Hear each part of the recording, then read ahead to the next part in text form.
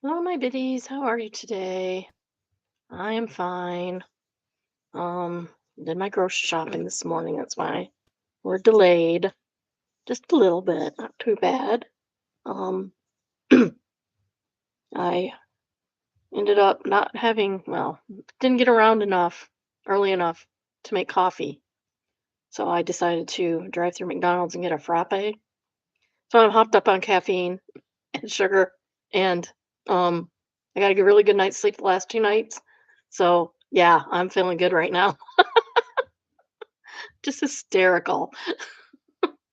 So anyway, I took a sip of the frappe and like immediate, like the worst uh ice cream headache ever. Like it wouldn't go away. I can usually get them to go away real fast, but wasn't happening today. It did go away like within a few minutes, but it's insanity. It's insanity. So anyway, that's what we're doing. Um, I got nothing else. Nothing else is going on in my life. I am boring. I am super boring. That's why I'm here. Super de duper boring.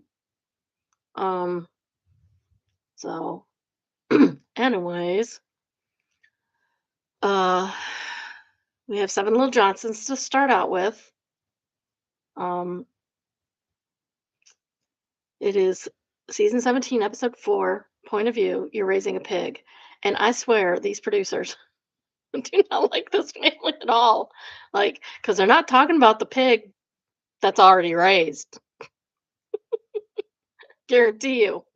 They're not talking about that. They're not talking about Allie's pig. Talking probably one of Amber's pigs. So anyway, uh we start and we're at the Butler County Fair in Ohio. And they're all taking care of goats. Alex, Emma, and Amber are there. Emma says that uh the goat was walking her instead of her walking it. So they're moving them around and they're washing them and getting them ready to show. Amber says it's not a vacation because they're all pitching in to help with the animals. Allie's mom, Karen, shows up and Amber says she wants to talk about the kids later. And they disappointed. They showed this up in the previews like it was going to be a big confrontation. And it wasn't, just warning you ahead of time. Foreshadowing, not a big confrontation. Karen puts her off until dinner and Amber hopes they're on the same page. The way Amber is, who knows? What page are you on, Amber? Um, so then we cut to Liz, and she has called Trent over to her house to shorten a planner. Trent jokes that she hasn't been a little person very long and hasn't learned to check measurements for stuff yet. And Liz says that she thought it would be smaller and shorter in person. Like they have like dimensions of stuff Liz, for a reason. I can think something is shorter in person and it would be too long if I just thought and didn't check. This is how people get ripped off on Timu and Alibaba. They don't check the dimensions. 6 with a 2 is smaller than 6 with a 1 by a lot. Trent also brings Leighton a watering can that looks like an elephant. It's super cute, and Liz cannot like deny that it's super cute. He says he misses everybody while they're gone, and he says it was important for mom to go and check out and make sure it's okay for Alex.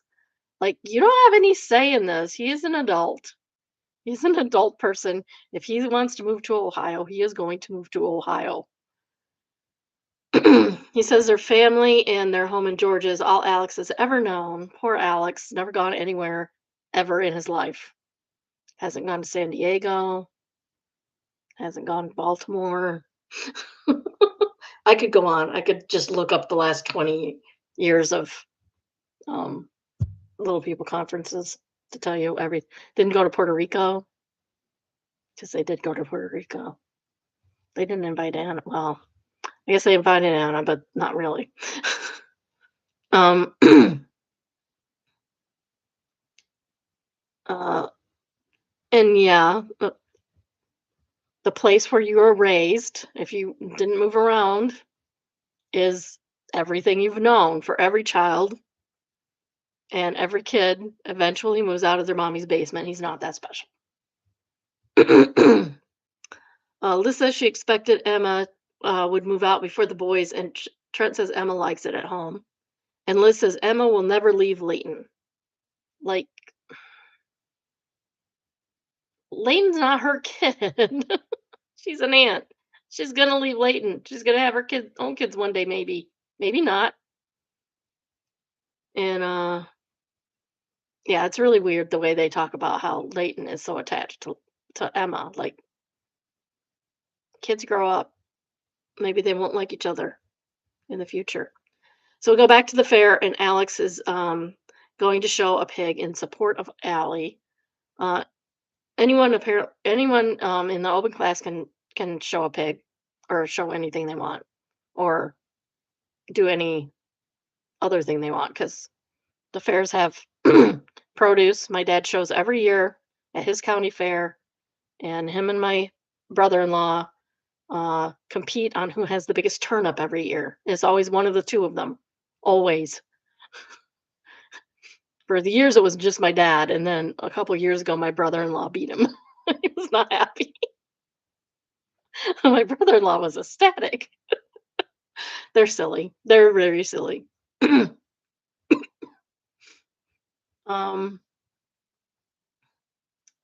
Anyhow, he's getting instructions on how to herd the big red pig that he's gotta herd, and you just tap it on the shoulder, and it goes. Like, move it with the shoulder. It's pretty simple. It's not difficult. Um, Although pigs do have a mind of their own, and so he might take off on you. Liz says she would never have expected to get Alex to be the one getting down and dirty showing a pig. For the record, pigs are very clean animals. They only wallow in mud because they don't have sweat glands, and so it helps regulate their body temperature. It also acts as a sunscreen and a insect repellent. Um, then they show an embarrassing montage of upset Alex moments, because Alex used to not be able to regulate his emotions very well when he was a child. He seems to have gotten a little better about that. People pick on him for crying at the prom because his sister was dancing with somebody else. It's like, no, that's not why he was crying at the prom. He was overwhelmed with emotions. He's going to graduate. His girlfriend wasn't there. All kinds of stuff. So, anyway, he's emotional. He's an emotional person, and that's okay. It's okay to be an emotional person. There's nothing wrong with it. And that kind of makes me mad when people bullying him about it.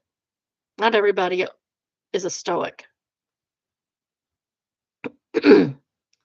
So Alex takes the pig on a practice run, and like I said, you tap that pig on the shoulder to guide him.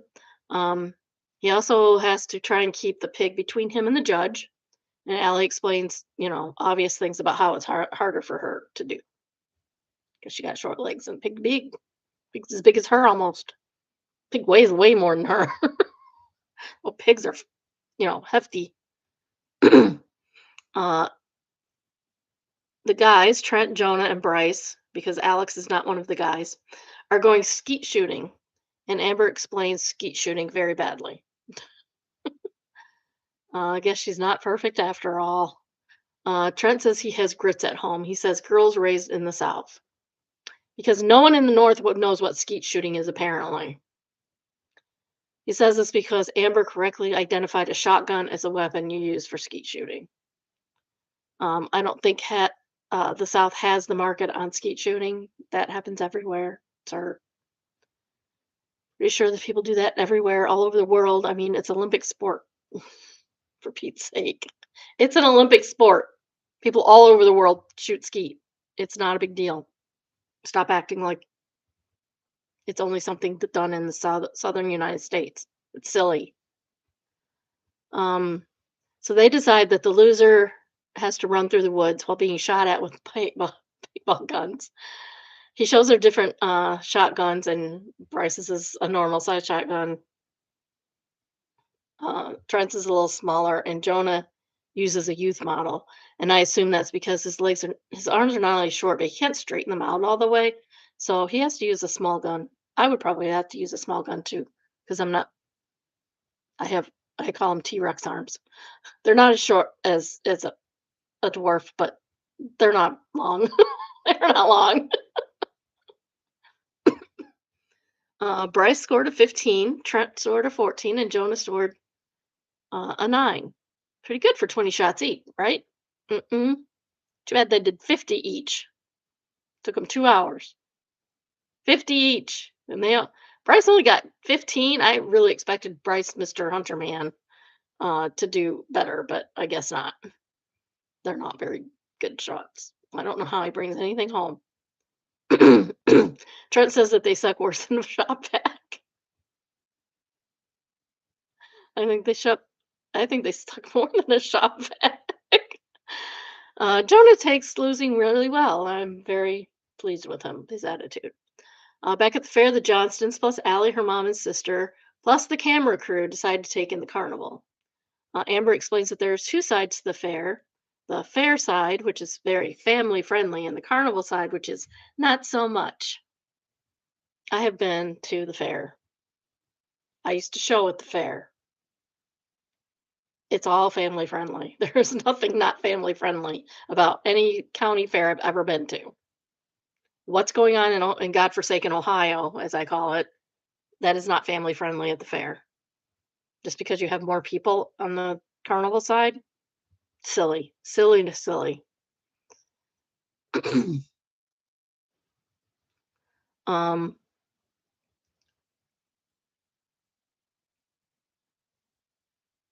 I've never shown livestock at the fair. You can show other things like produce, handicrafts, any kind of maker hobby, art, cooking, nearly everything at the fair and the carnival side is fantastic family fun. Everything. Um, there's even at where my dad lives, where I grew up, there's even a category that doesn't fit in any of the other categories. So you can literally show anything at the fair. Anything. They complain about how unfair it is that people look at them. Um, and yeah, I mean, you have a camera crew with you, for Pete's sake. You have a camera crew with you. Of course, people are going to look. Um, most people will look. They'll take a second look and go on their very merry way. Um, they did have one comment about the M word, and that's very wrong, but usually it's done out of ignorance, not malice, because that was a word that they used themselves for a long time. And then, words like that became um, very derogatory, more derogatory than they should have. And they everybody stopped using that word except for people who didn't know better. People should know better, but not everybody gets the message all the time. I still have arguments with people in their 60s and 70s and 80s about not using that word because they shouldn't be using it. But they haven't gotten the memo for some reason. They don't watch these shows, I guess. And yeah, kids are. My daughter had a little person in her class. She went to the local carnival, just like all of her schoolmates. Nobody cared. She didn't get to go on all the rides. It kind of sucked. I felt bad for her. But nobody cared. Nobody stared at her. There was not a lot of staring. And I don't get how this fear transfers to adults. Kids are known to be cruel, but your average adult literally does not care. They might take a second look just like they would somebody in a wheelchair or any other thing. But we're adults. And if you're not mature enough to act like an adult, that's on you, not on anyone else. Jonah seems to have a much healthier attitude about it. Like he recognizes that people are going to stare. Again, a lot of that is the camera crew. The roll-offs never seem to have this problem about people staring at them whenever they went. They went lots of places. They went to freaking Hawaii. They traveled around in a camper. Never once did they complain about people staring at them, which is a mature way to deal with it. Don't draw attention to it, and you will not notice it as much. It's like complaining about your husband. The more you complain about your husband, the more unhappy you're going to be. If you stop complaining about your husband, you might magically be happier. It's really weird, but it works. Allie says she doesn't feel comfortable, and Amber cannot explain what people are doing other than the M word comments, which is rude. Allie shows her pig. She literally grabbed its tail at one point, which was really cute. The pig pooped on her, and she came in second. So that's very good. Second's really good. There were, I think they were letting 8 people in. The three guys, Bryce and Bryce's twin brother Brett, buried a bottle of bourbon in the backyard, which is supposed to keep it from raining on the wedding. Amber says they don't believe in traditional wedding superstitions and that they were weed eating and blowing the church parking lot right before the morning of their wedding. Like, doesn't the church take care of that? Why are you out there weed eating and and blowing the parking lot off the morning of your wedding? That's ridiculous. I don't think you had to do that. I think that's silly. That should not be morning of wedding activities at all. That should um, be not morning of any gathering activities. That should have been done. Um, plan better. You not plan better. Bryce says he is not getting married anytime soon. He's just started dating somebody 5 months ago, and he's good for that, and he's still happy for Bryce. They say Bryce's signature drink is beer. Jonah says it should be called just beer with a period for their, you know, you make up a drink and you give it a fancy name in a wedding. Uh, Jonah says it should be beer with a period. Bryce said he'd call it beer in the woods, which is fine. Liz says it should be triple B for beers, bucks, and boners. Liz is entirely her father's daughter. Gross, crass, and disgusting. Oh, so gross. Like, why would you do that? Jonah kindly offers to mix some drinks for Bryce to try, and everyone agrees that Brett will get the most wasted at the wedding. So we'll see about that in a few weeks. Then they talk about Jonah's 21st birthday party, and I still don't understand why you would throw a drinking party for your kid. It's weird. Normal people do not do that. I allowed my child to have a drinking party. I did not attend the drinking parties. Bryce is nervous, but mostly about vows and dancing. And he's planning on leaving Leighton with the grandparents to go to Hawaii.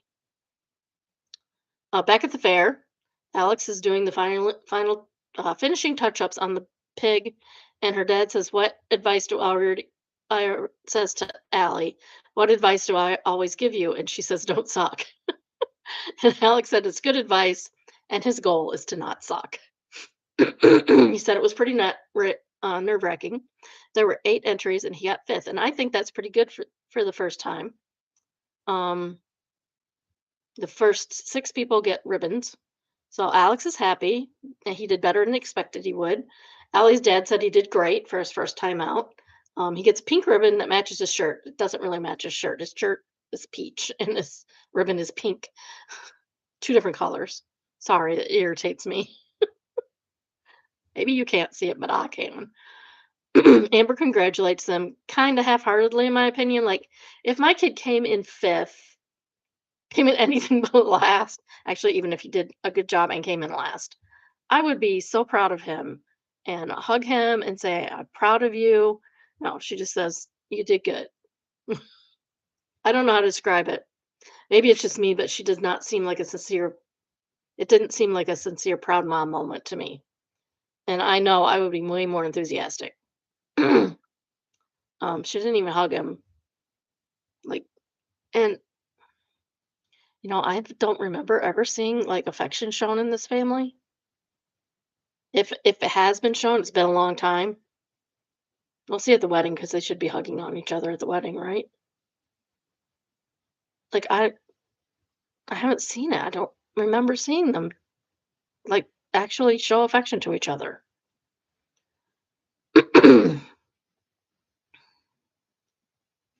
Maybe when they meet up for one of their talks, I'm not sure. I'd have to go back and watch because I am not sure. Amber wants to make it clear that none of them are going to be showing anything ever. Like, she goes through every animal and says, "Not this, not that, not that." It's like, "Okay, Amber, we get the hint. You don't like the fair. Not surprised that you don't like the fair because you don't like anything." Um, she says, "None of them are gonna do that." Well, maybe Alex will when he gets out of your talons. Um, I hope she realizes that one person can have an interest the family doesn't have. Like, I have one kid that is really into music festivals. He loves going to music festivals. He will go to music festivals all day long. None of the rest of us, well, my daughter went and her husband, but um, that's his thing. And his wife, they like going to music festivals. That's great. I'll watch the kids. Well, you go to your music festival. And he talks about it and we engage about it, but it's not an interest of ours. I have a son who loves NASCAR, not NASCAR, Formula One racing. See, I don't even I know so little about it. I get it wrong. Um, I listen to him when he talks about that or soccer. He likes soccer and Formula One racing. Not really particularly interested in either. But I know who Messi is. Does he know who Pele is? Because I know who Pele is too. Um, so obviously I take an interest and listen to him and know Manchester United and all of that. But I know a little bit. I bought him soccer jerseys before for his birthday or Christmas. Um, it's an interest he has. It's not an interest anyone else in the family shares, and that's okay. Um, my son-in-law likes Star Wars, loves Star Wars. Absolutely is obsessed with Star Wars. We buy him Star Wars stuff for Christmas and his birthday, and it's fine. I love Star Wars too. I'm not as obsessed such as he is, but I can barely remember Grogu's name most of the time. I call him Baby Yoda still. Maybe once this movie comes out, because there's a new Star Wars movie coming out, maybe, and it's like the Mandalorian and Grogu or something like that. But Grogu is the name, so maybe I will remember it after this. I have this. Nobody seems interested in this, and that's okay. They don't have to be. My husband has his Lego hobby.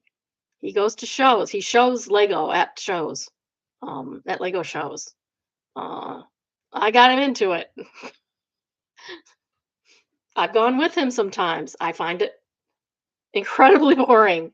Um, and he's got a lot of nerd friends that he invites over to take over our basement once in a while. And that's okay. I'm not interested. I don't go. He's going to the big Lego convention in Chicago this year. I'm not going.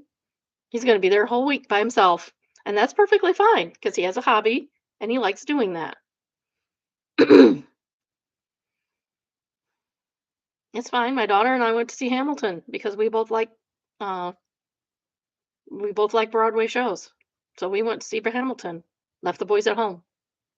That's a hobby that we have.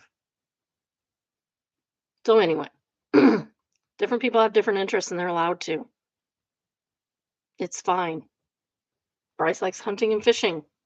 And I don't see any of the rest of them really doing that. Hunting and fishing is too cold and too boring for me. I would go fishing with a book. I have gone hunting. My dad used to take me hunting. We were hunting raccoons when I was a child, and he took me with him. So I'm not like I've ever not been hunting. I just don't prefer hunting. I liked spending time with my dad, so I went with him. Um,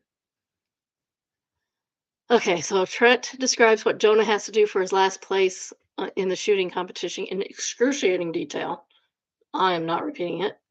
Basically, he just has to run back and forth and gather a couple of ears of corn, and they shoot at him with paint bombs. That's it. And this is what Jonah looked like.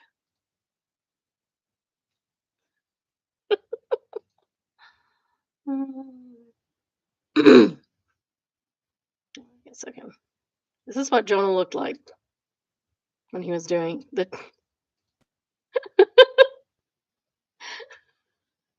He had a great attitude about it. It was obvious. It was awesome. He had such a great attitude about it. Um, he says it's fair, and he has the appropriate face mask on once he gets out there, and it's the fastest I've ever seen him run. It was really fast and barely got shot. Back at the fair, they're getting ready for dinner, and Adam suggests that Karen show Amber how to shuck corn, and Amber says she's not so city that she doesn't know how to shuck corn. And then they show her trying to shuck corn, and Amber does not know how to shuck corn. Like, just tear into it already. They start talking about Alex moving to Ohio. Amber is okay with Alex moving to Ohio. Trent says it's bittersweet because it's an accomplishment, but it will be sad. Um, oh, and the story has changed. Before it seemed as though Allie's parents were against them cohabitating before marriage, but now Karen seems okay with the idea. And then they eat pork burgers from Allie's pig the previous year. Uh, then we get back home. Everybody gets back home. Amber says she's tired from traveling. She's a big whiner. Um, but she got the wedding quote, and it's higher than they expected. Flowers are the highest item on the list because flowers are really expensive. And Amber wants to cut 35% of the wedding budget. That's like a giant amount. Like a giant amount. Like, did you not budget for this? Do you not know how much weddings cost? And actually, it'd probably be cheaper if they went with a venue because they got to do all kinds of other crap on the property.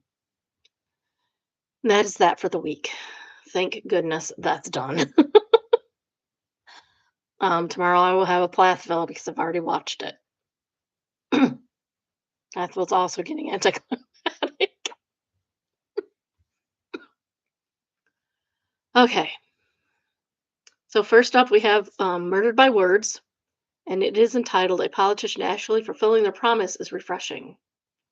Um,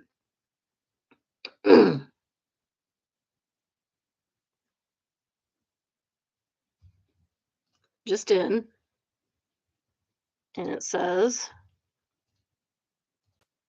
uh, just in, New York City Mayor Zohran Mamdani, considers eliminating free parking as city faces a 5.4 billion budget deficit. And this guy asks, how the Wang did he generate 5.4 billion debt in only 7 weeks? Micah said he inherited $12 billion deficit and cut it in half in just a few months. You misspelled thank you. So he's doing great. And I think they probably don't need the money from the parking. Mammoth Respect says, this reminds me of a passage in 1984 where they reframed the price of chocolate going up to be a generous discount. Instead of highlighting the debt getting cut in half, they make it sound like he's causing 5 billion debt. Edit. It was chocolate rations shrinking, but being presented as a generous increase. I got to read 1984 again.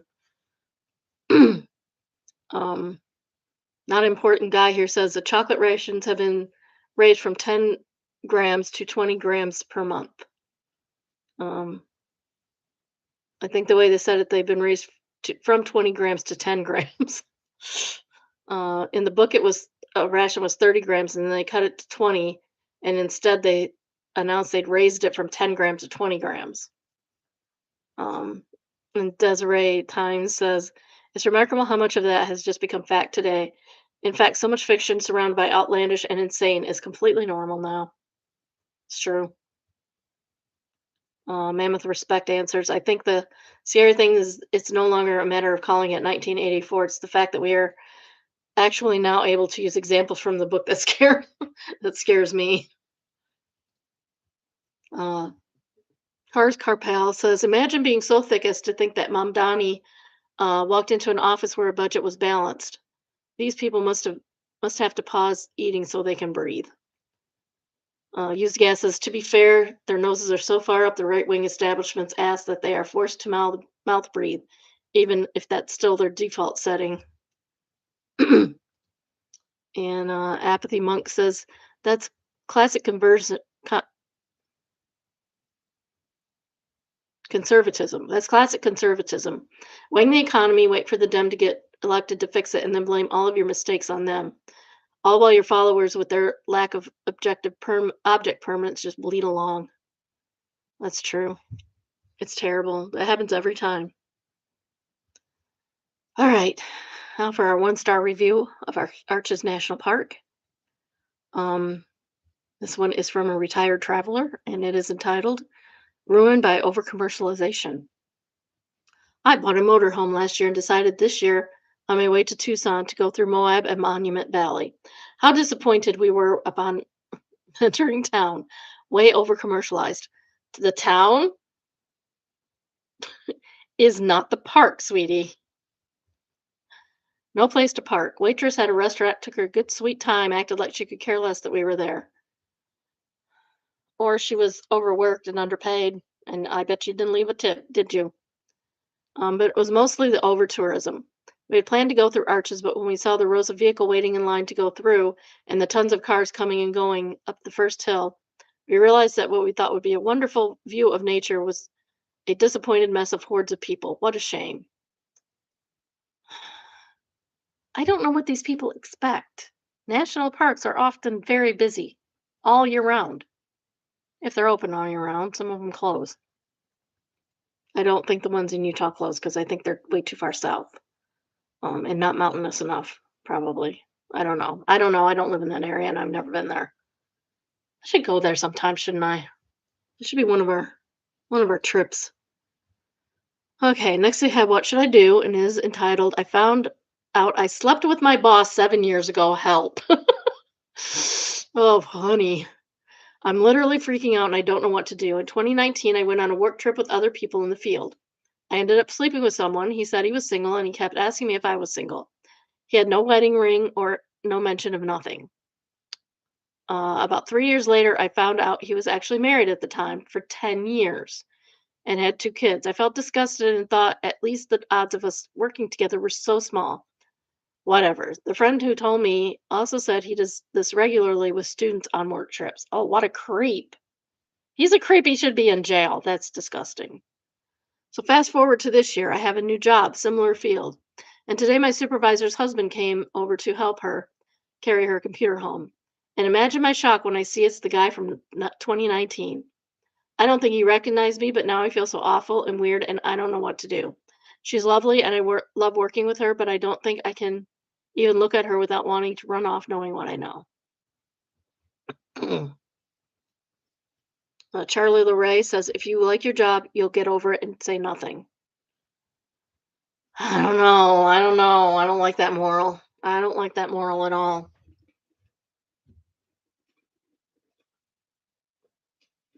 I don't like it because he's actively still cheating with her. On her, I mean. Not with her. Not with the OP, but on his wife.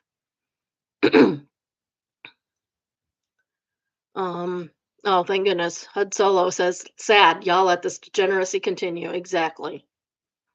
Lemon Water says, yeah, being a good adult means having integrity and morals and doing the right thing, even when it's hard.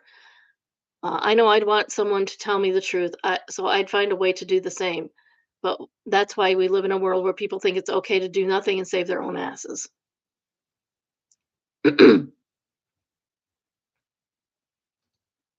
And there are ways to do that without getting fired because she can't fire you. It'd be retaliation, and that's illegal. So she can't fire you for telling her that her husband's a creep.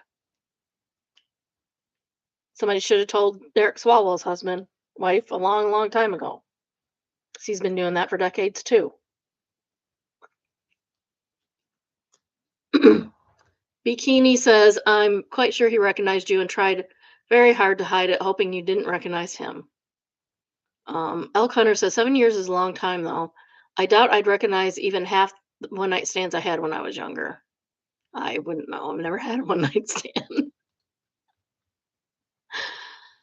Extra bedroom says, don't beat yourself up over being told a lie. Exactly. He was all adamant that you were single, so why would you assume he wasn't? Keep it to yourself. Nope. And definitely never tell anyone you work with. Too late. I'm sure people know. Avoid him at all expenses. It's been over 6 or 7 years ago. He's low down, dirty dog. It's in your past. Let it go and move forward. Things happen. No, no, he's married. Warning not Swigs says shameless. Automatic Peach says, this is how the Me Too movement started. I don't want to go through that again, please. Millennials have had enough disappointment. Exactly.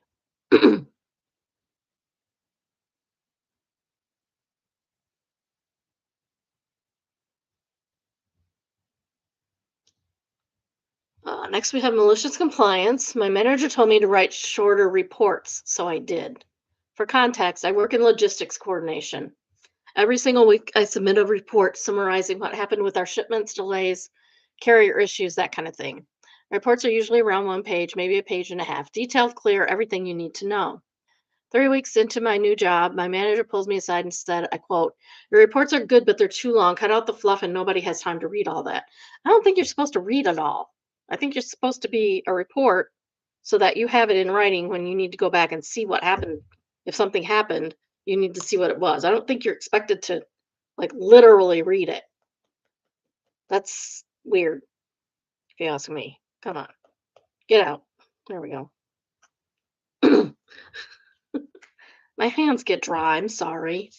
Um, the next week I submitted this. Week 34, all shipments delivered, 2 delays resolved, 1 carrier change, not no outstanding issues. That's it. That was the report. Every single thing was accurate. Nothing was missing from terms of facts. Were there nuances? Sure. The delay shipment involved a fairly heated call with a vendor that probably needed documenting. Technically, yes, but he said no fluff, and the vendor drama felt like fluff to me. He responded within 4 minutes, asking me to elaborate a little. So I added the word successfully before resolved. Um, week 34, all shipments delivered, 2 delays successfully resolved. 1 carrier changed, no outstanding issues. He came to my desk in person to discuss the report. We talked for 20 minutes. I took notes. The notes were longer than any report I've ever written. Now I submit the same 1 page reports as before. He hasn't mentioned the link since. I elaborated on nothing else, and he did not ask me to. Careful what you wish for. Careful what you ask for. Ogre Green Team says, I once had a manager tell me to save my time and write shorter emails. I told her to show me where there's any fluff in my emails. I'm an electronics engineer. I'll show her what'll get broken if I leave out anything she suggests. So later, when she drafted my performance review to say I don't tolerate fools, I asked her to give me an example of one. Magic Toolbox says, does not tolerate fools is not a bad thing in engineering. In customer facing sales, it can be quite a good thing. Yeah, don't tolerate fools. They're obnoxious. Night manager. As a security guard, I would write all secure when I was told that was too little. So I cataloged every door checked, every call walked. I'd confirmed the fires extinguishers were there and had a charge. The smoke detectors were unobscured and the alert panel status. It was fine, except I did include issues. So when we had a fire inspection and there were extinguishers without charge, it made the company look bad. My manager had to admit he was not reading any of the reports. In fact, those were empty and had been a daily item for months. Uh, yeah, so that was from Night Manager, remember? And GimpWiz says relevant username for sure.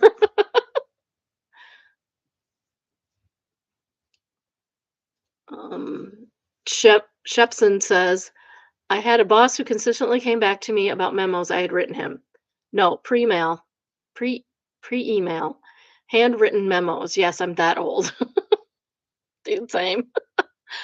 If there was any, always there was always some detail I hadn't included. It began to irk me that he always found something missing, even if it wasn't pertinent to the request. So the next time I needed something, I composed an extremely lengthy memo. It included absolutely everything related to the subject, plus some other not so pertinent things, just in case. It should have been in a hardcover. If he had been smart, he would have picked up on the sarcasm, but there was no way he was going to find anything missing this time. And yet he turned up at my desk, memo in hand. I thought, what could he possibly find missing? Um, he said, I got your memo. Thanks. I don't understand what you want. My request was lost in the forest of details. I didn't change my memo writing habits, but he stopped coming back to me. I guess I had spoiled his fun, idiot.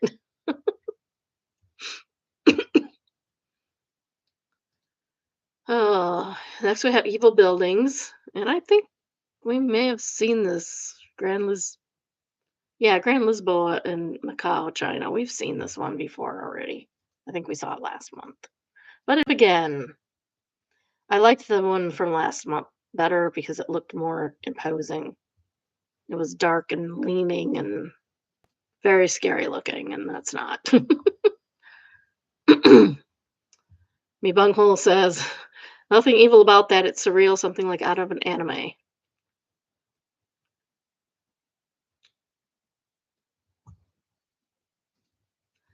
Next, we have AITAH and is entitled AITAH for wanting to continue to take my nightly showers. So, me, 29, and my boyfriend, 28, have a 6-month-old baby who is exclusively breastfed. Every night she wants to be nursed to sleep, which is fine, but I also feel like taking a shower every night before getting into bed. That's fair. Sometimes after I get her to sleep, I'll do some things before my shower, like do dishes, clean up a little, whatever. That's very fair. You don't want to do that in your PJs. I get that. I do that too. But lately, she's been getting up around 45, after about 40. I'm assuming she missed out the word minutes, and crying won't settle unless I get back into bed with her. We co-sleep and put her on the boob. So tonight I fed her, went right to get the shower rather than doing my usual cleaning because I knew we had about 45 minutes, but his dog started barking at something and woke her up. I had to get out of the shower halfway to settle her. Where's your boyfriend in this?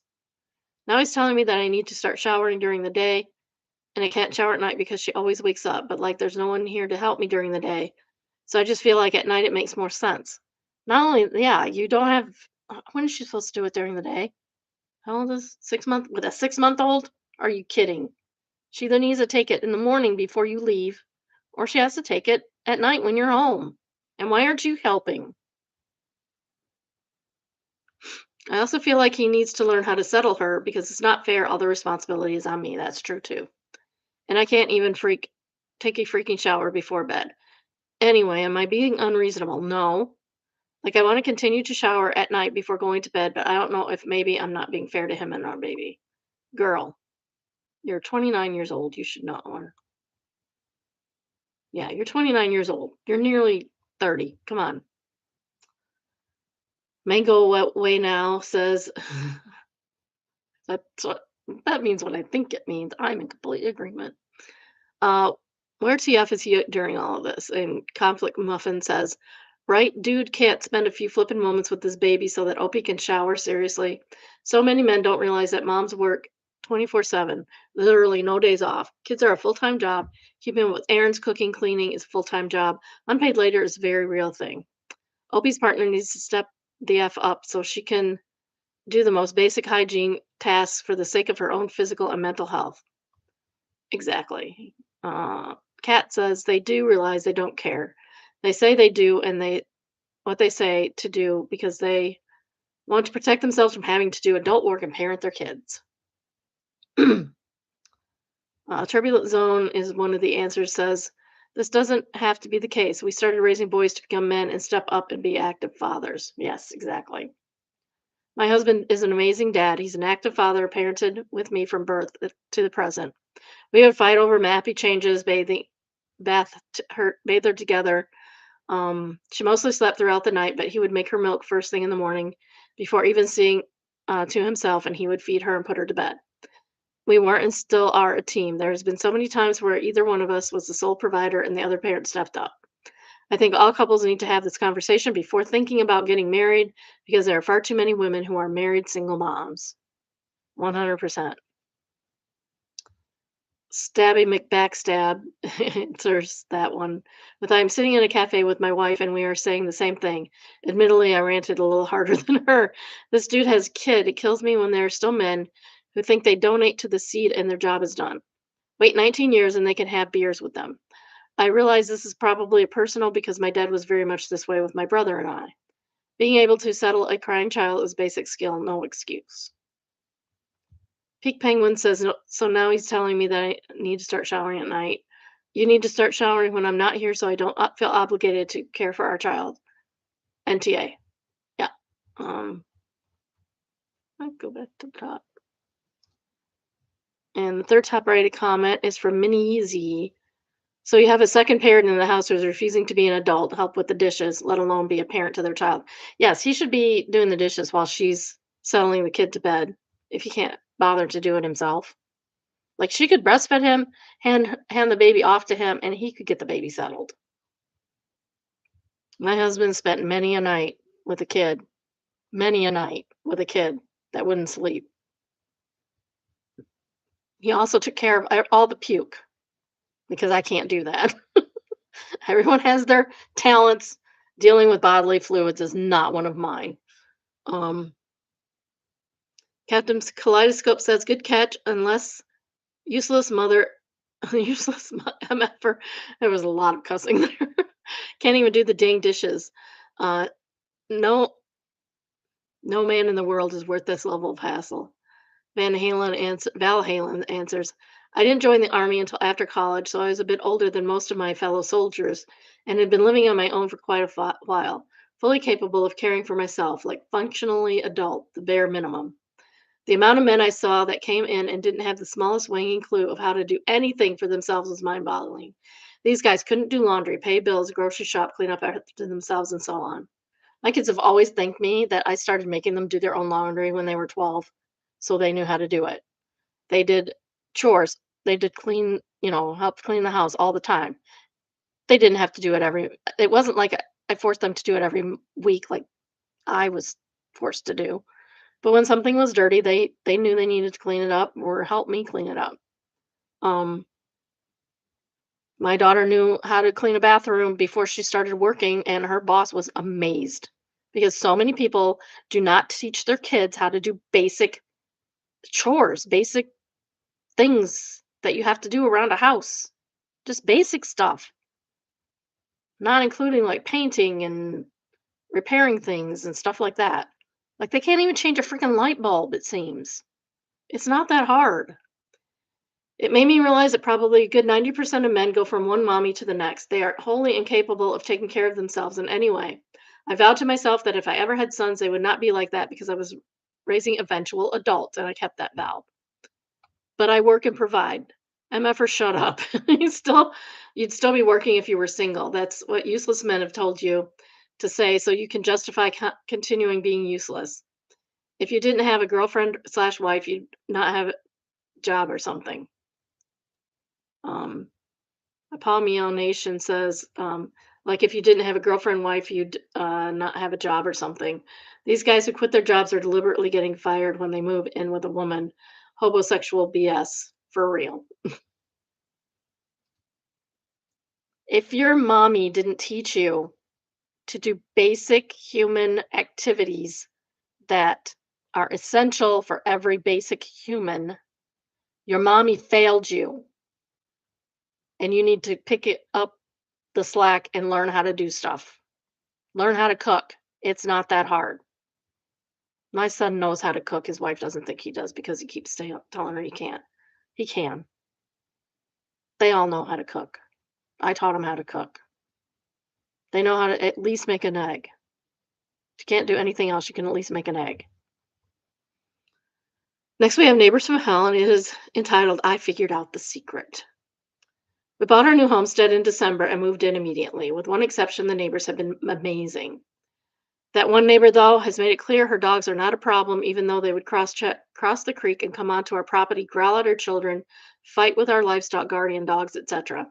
I had to run the dogs off numerous times and then transplanted a thorn bush in the place where they came up the bank, but they still just kept coming back and finding other ways to cross the creek. Well, today her dogs came over and happened to be butchering day. As the dogs came running up the hill, I pulled the trigger to drop a land. A headshot is extremely humane, and suddenly she was calling her dogs back. I heard her calling their names and telling them they were bad for being over here. She came over later and introduced herself because up until now she had just yelled across the creek for us for chasing her dogs off. She offered us gifts, as in leftover building supplies she did not need and we might be able to use for the new barn we were building. She suggested we could work together to develop a deep pool in the border creek into a fishing pond. Who knew the secret was dealing with neighbors was from hell as being a sheep farmer? Living the dream says it's amazing how quickly people change their tune after a pew pew. DJ Luminol says, may sound like she thought they were city people posing as farmers. In her mind, the gunshot meant they were real farmers, as if city people are unfamiliar with guns. OP says, yeah, I think she might have heard I'm a professor and thought soft and nerdy. Clearly, she missed the part where I used to teach what wilderness survival skills to search and research team and search and rescue teams and wrote a textbook on the topic. Oh, she misjudged him, didn't she? Holy cow. Alcuna says, our trashy neighbors across the street learned a similar way. They let their aggressive dog roam, and it would often come in our yard and the neighbors' yards to pee and poop all over everything. We moved in, and my dad warned them to keep their dog on a leash or leave their gate closed. They paid him lip service that they would, and then let the dog roam. The kids deliberately opened the gate, and while my dad was in the yard, the dog charged across their yard, down their driveway, across the road, up her driveway, straight toward my dad, snarling the whole way. My dad picked up his rifle, took aim, and fired just ahead of the dog. The crack of the gun and the dirt flying up into the dog's face scared it and turned tail and fled. All the kids were like, "Don't shoot him, he's friendly." My dad said, "He's not friendly to he's friendly to you, not to me. Now I told your dad to keep your dog in your yard and keep your gate closed. Next time he comes rushing me, I won't miss. Keep the gate closed." They were very careful to keep their dog in the yard after that. We got cookies from the neighbor when they learned what happened. Well, that's nice. Second top rated comment is from Chris and Bliss. And they say, wow, only now she's finally worried about her dog's safety. Should have shot him a long time, shot at them. Not shot them, but shot at them a long time ago. OP says, yeah, and someone else would have shot the dog months ago. Under state law, the first one of them tore into our rabbit cages. The first damage was done. I could legally have done so. The thing is, I believe there are no bad dogs. There are bad owners who fail to train their dogs. Well, that's nice. Giving the dogs the benefit of the doubt. Diggity diggity do says, I'm going to get downvoted to hell. He didn't. But in several states and municipalities, you are permitted to shoot dogs that are worrying your livestock. No conversations or warnings to dog owners necessary. However, the dog owners can be held responsible for any damage dogs cause to your livestock, injury, death, or abortion. Important Chef says, this is a case where we live as well. We have cattle, chickens, goats, horses, and dogs. We usually get the drop-offs because we're right in the county line. Our county has a fully funded animal shelter, and the county next door doesn't. I'm fairly certain my husband has taken care of a few that were too badly injured to be saved, but most of them slept in the hay barn. Jerry comes by every few weeks and takes the dogs who don't want to stay to the animal shelter and foster families. Every now and then we get an actual country dog who wants to stay, not afraid of farm animals and won't eat chickens. We even have a farm chihuahua. Most dogs are pets, though. They need families and yards. Farm animals are even like farm cats and farm dogs are different than your average pet cats and pet dogs.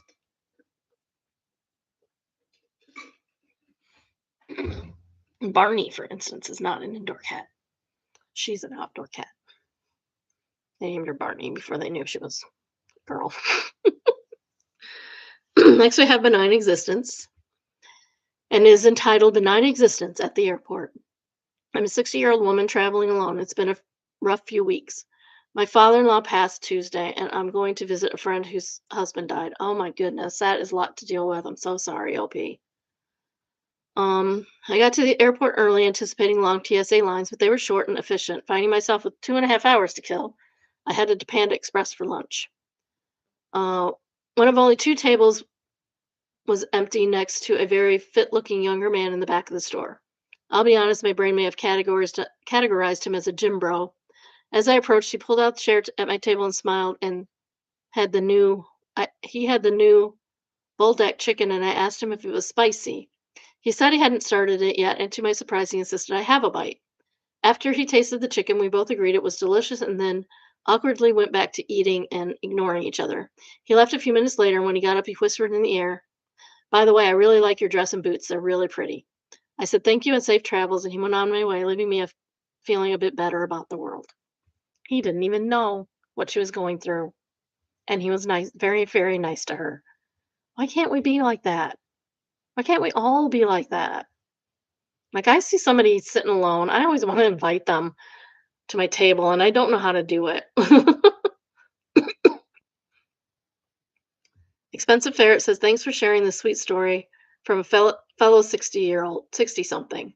Every once in a while, I'm reminded that the generational divisions are a false construct and intended to stir the pot. I continue to believe most people are kind. Most people are. If most people weren't kind, our world would be horrible. It would be unlivable. For the people who think everybody's evil, or there's all kinds of evil in the world, that if we didn't have laws or such, um, everybody would just do what they want. It's not true. It's not true. Laws don't keep me from doing anything I want to do because I'm not a mad person and I don't want to do those things. And if you want to do those things and the only thing keeping you is a religion or the law, you're not a good person. Maybe you should think about that. Real Initial says, "I'm reading this from the airport lounge and waiting for my flight to start boarding. 1 hour more to kill." Sitting in an airport says, "I really like your dress and boots. They're very pretty."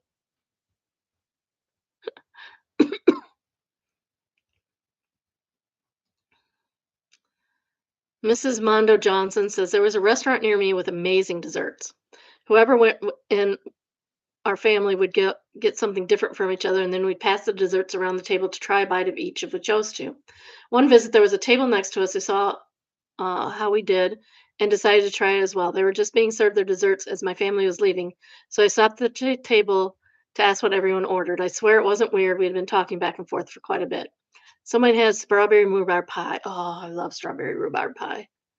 That's a I said I'd have to try that the next time. My parents made it when I was growing up.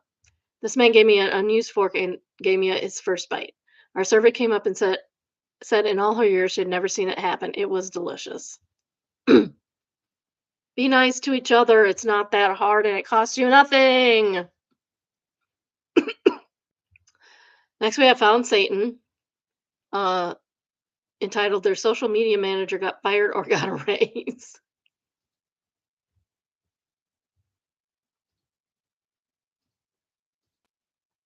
It's from PETA and says, "Cows are friends, not food."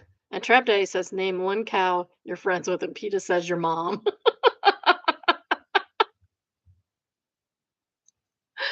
That was actually funny. Your mom. Back to the mom jokes. Revolutionary Place says a rare PETA W.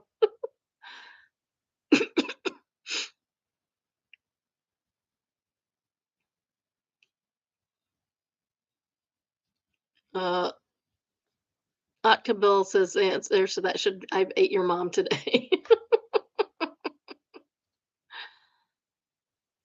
Advanced Plankton says, "I hate PETA, but love a good old your mom joke." Methodically yours says, "This sums up my feelings about this post exactly." All right, next we have Just No Mill. Mother-in-law is entitled, "Mill is telling people she will be in the delivery room." Okay, this is one that has an update. I know it has an update because I've seen the update. Pretty sure. So I, 26 female, and my husband, 26 male, are expecting our first child, the first grandchild on both sides. That's a difficult situation to be in. I'm currently 34 weeks, and my husband and I have been on the same page almost the whole time. We talk about anything, we talk anything through and come to a compromise if we don't just agree. Recently, my Sil, who is wonderful, told me that my mother in law has been telling the family and friends how excited she is to watch her grandchild be born. You knew it. You knew it was coming. Did you not know it was coming? Because I knew it was coming. I have a really good relationship with my Mill. I think she's a decent person, but we aren't super close. We also bought a house a little over a year ago, which is a little over an hour from where they live. She always makes weird comments like we hate them and that's why they move so far. It's an hour. An hour's not that far. My daughter lives an hour from me and we go see her a couple times a month right now. My grandkids would probably be over there every week or they'd be here. We moved so far because there was little available for sale closer. We also love our house. Sorry for the side quest, but it feels important. Either way, we're expecting this baby next month, and I want a very private birth. Just my husband, myself, and only one necessary medical staff. I hope your husband's better than mine at birth, because otherwise you're going to need somebody else in there, hon. I'm just saying. I'm not unfriendly, but I'm pretty antisocial, and the idea of being surrounded by loved ones just feels overwhelming for me. I get that. I get that. Even though I have been surrounded by loved ones. My sister came to one of my births because after the first birth, I knew my husband was not helpful. Not that he was unhelpful, but he wasn't helpful. He's weird. So she came and she brought her 14-year-old daughter, stepdaughter. That birth control lasted a long time.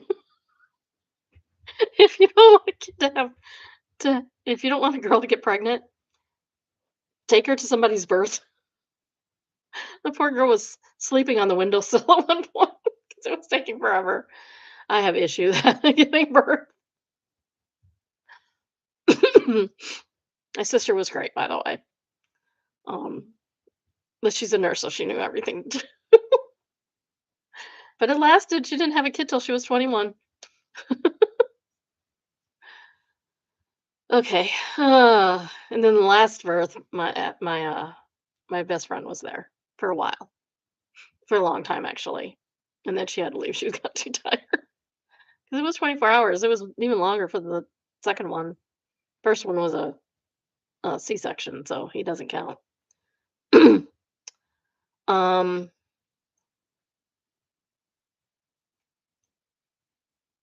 She very much would she is very much like have a village type. So I totally understand we have different personalities, but why on earth are you telling people you'll be there if you haven't even asked the people actually having the baby? My own mother won't be there and she thinks it's weird to want to be there. Like I said, I don't mind if my daughter doesn't want me there, that's fine. If I would be more stressful for her, she's better off without me there. But she can have me there if she wants, and she cannot have me there if she doesn't want, and it's fine. I would never ask my daughter-in-laws if they wanted me to be there. I would just assume they wouldn't. So I plan on isolating for a week while we just going from 2 to 3 and enjoying our time to bond with the baby. So we will also have to tell her we won't be expecting visitors for that time. Honestly, the first day you come home, have everybody come in, see the baby, have everybody leave, and then you can bond with the baby. That's makes everybody happy for the most part. It's also a good idea to have somebody else there because you guys are going to be exhausted. You have no idea how exhausting it is to having a newborn. This is why people used to live in communal, multi-generational homes because it is exhausting having a baby. She may get her comeuppance, I don't know. Basically, AITA for being upset that she's telling all these people how involved she's going to be without being invited or even asking us what we think or want. No, not at all. Not at all. As a side quest, her and Phil have not been very supportive of us in general. Like they are happy for us, but they never help us in ways that my family volunteers to. Like we'll be taking down dead trees, and my family volunteers to help for the day, and we'll host them for dinner. But if they get wind of it, they just expect to be invited for dinner. No, you got to come. You got to come help to have the dinner, sir. You have to come and help in order to have the dinner. The dinner is the reward, the payment, if you will, for helping. Like when my daughter moved, well, I was out of town the last time she moved. Um, but we didn't help, didn't expect to be invited to dinner. What a day says I haven't seen this yet here yet, but when you register at the hospital, ask to be registered as anonymous or private, or a hospital's form of that. You don't. You won't show up on the computer at the front desk and no one will be able to get inside the GYN floor. Tell your nurse in the labor area and then the nurses at the desk where your room is after the birth that no one, especially mother in law or father in law, are to be let into your room. They won't get past the locked door. If they do, some very angry nurses will meet them and security will be on the way if needed. Next top rated comment is from Mama's perspective and says, I would address it with her. Mother-in-law, I understand you've been telling family that you will be in the delivery room. My birth plan is very clear, and only myself and husband will be in the hospital, and the hospital staff will not be permitting anyone else access during, including my side of the family. This is our child, and we want our own time to bond with our baby as parents. We will contact everyone after we have been home for a week or two to discuss when will be convenient to visit. Come and meet the baby, but I feel like it's important to raise this now so you can adjust your own expectations because this decision will not change. It is only your decision as only you are classed as the parent until the baby arrives. Hospitals will even remove the husband if questioned. I'm not remotely suggesting this for you, just highlighting that it's your call and nobody can override that. Kay Banner says, I think it's odd that when the paternal grandparents want to be there, top it off with the due date being an estimated one. Mine was 4 days late. Unforeseen possible complications where you'll want no one near you and you're basically naked while giving birth. You might poop on the table.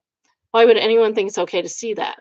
The literal only reason my in-laws met our baby in the day after I gave birth was because I didn't have anyone else to watch our dogs.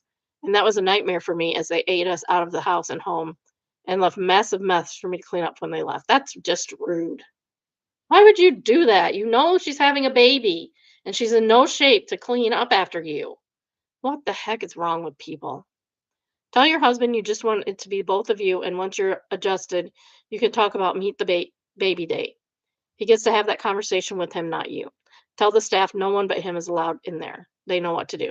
Honestly, I still say meet the baby as soon as possible, and then they will leave you alone. They will leave you alone for a while afterwards. Next is Retail Hell, and it is entitled For Real. This is cute. This is like every job. Ever get really excited to finally have some time off, but just end up spending the entire day like this? Yes, I'm retired and I still do that.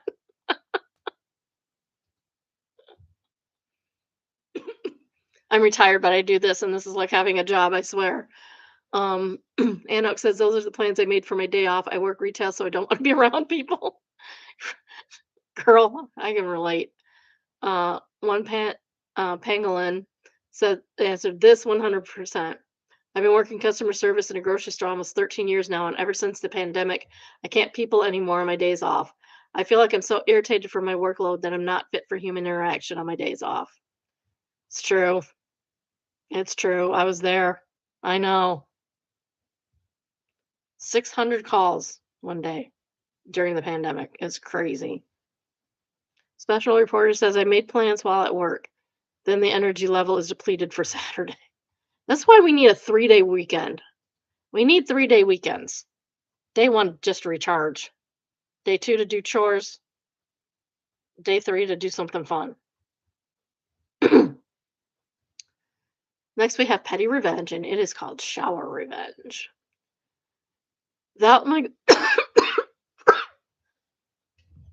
That snuck up.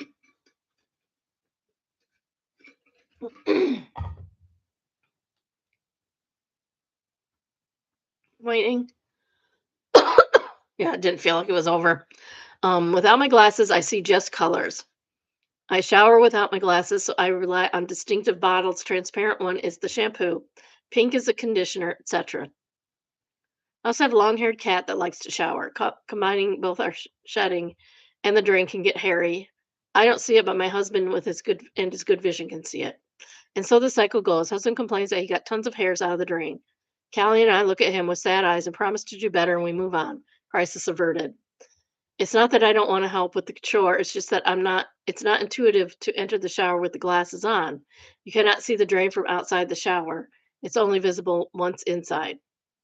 And the cat doesn't care. We're lucky he loves us for now. Anyway, the other day I was preparing to brush my teeth and I have glasses on and my eyes land on the shower's wall and there's a giant bug. And I have a huge phobia of giant bugs. I start freaking out. Why is there a giant bug in my shower while the cat's not doing anything? Where's my husband so he can kill it? Is that me screaming? It was me screaming. So husband comes to see why and he starts laughing and told me to look again. It was a giant hairball. He said, since I cannot see the drain and I never clean it, he left it somewhere I can see it. He did not intend for me to freak out like that, but also he did not feel bad at all. What an a-hole, but I admit it was well deserved. I love it. Oh. Live Laugh Mitski says, funny, but I'm confused why you can't do it afterward. I'm borderline legally blind without my glasses, and I always put my glasses on, grab a paper towel, and get the hair out after the shower. It's pretty insufferable of me if you promise you'll be better and then you don't follow through. Unhappy Mountain says, my glasses correct 2800 vision. Yikes. I shower by memory. Everything is always in the same place so I don't fumble and hurt myself. I don't even look when I get out. It just pull the hair out of the drain when I'm done. Millybug answers, all the blind people showed up today. It's kind of nice. I have what I call super out of focus, low resolution, shapes and colors vision without my glasses. Not quite as bad as yours or OP's, but anyway, I started sticking what hair I can, the stuff that gets stuck to my fingers or that I catch while washing my hair in the ends, to the wall of the shower and then pulling it back off the wall after I get out. Way less in the drain, and I gently pull the clump of hair off the wall and plop it into the trash can when I'm done. Although it does help the color of my hair contrast with the shower wall color, so it's easy to spot even if I get distracted.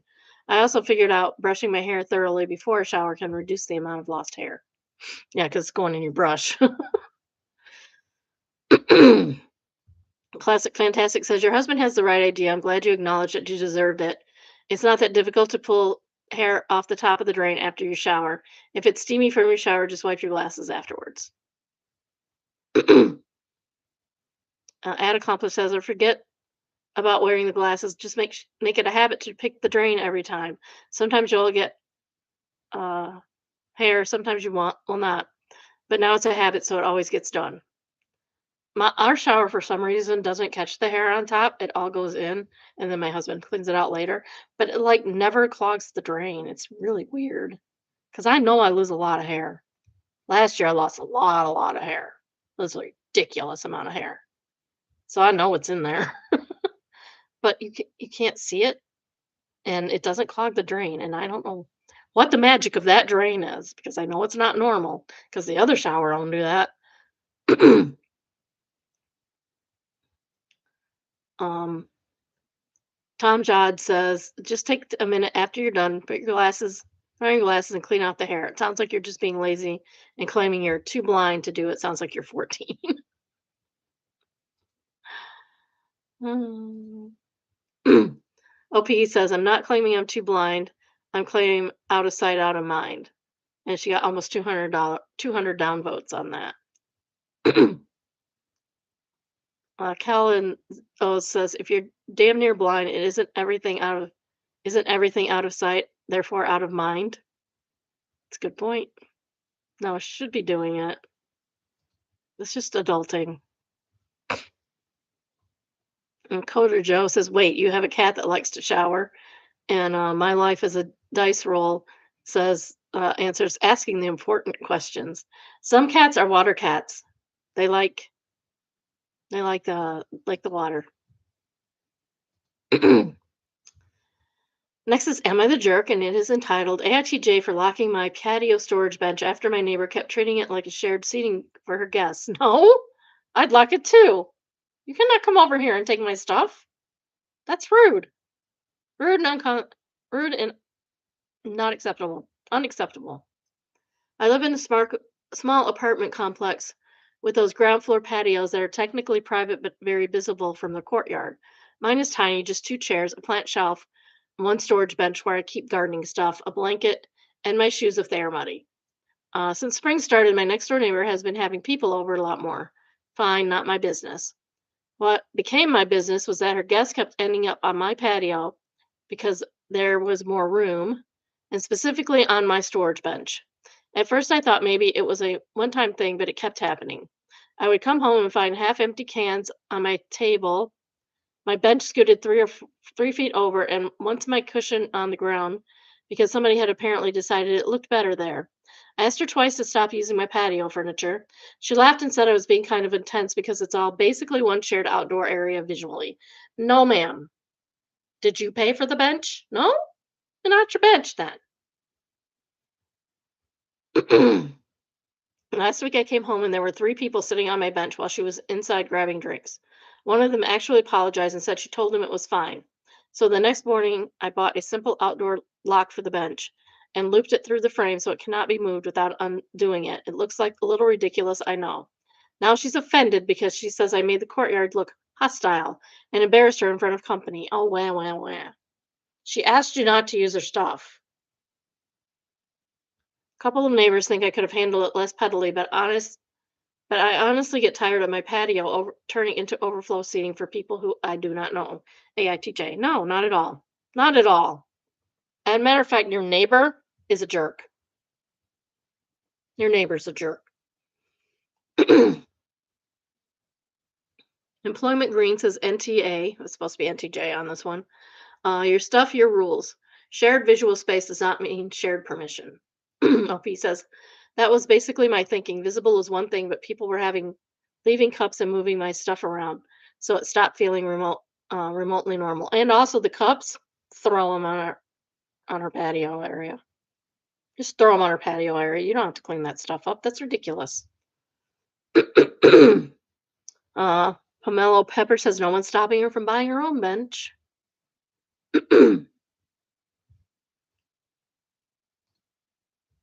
Uh, Big Young says, NTJ, she called your private patio shared because it was convenient for her. You asked twice, she ignored you, and then got embarrassed only when she couldn't keep using your stuff. That lock didn't make the courtyard hostile.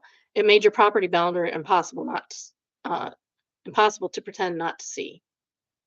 OP says that part got me too. She was fine steamrolling me until the boundary was visible enough that other people might notice she was crossing it. Exactly. That's what embarrassed her. Was that now everybody knows that she oversteps. Program Annie says it might be worth mentioning to your landlords what has been going on. She might try to take it to them with her own spin to get them to make a decree or something, which is ridiculous. And they should completely ignore if they have any decency. But go ahead and make them aware of what she's done, your attempts to talk to her about it, and the final decision made by you so that your property is not trespassed upon or appropriated.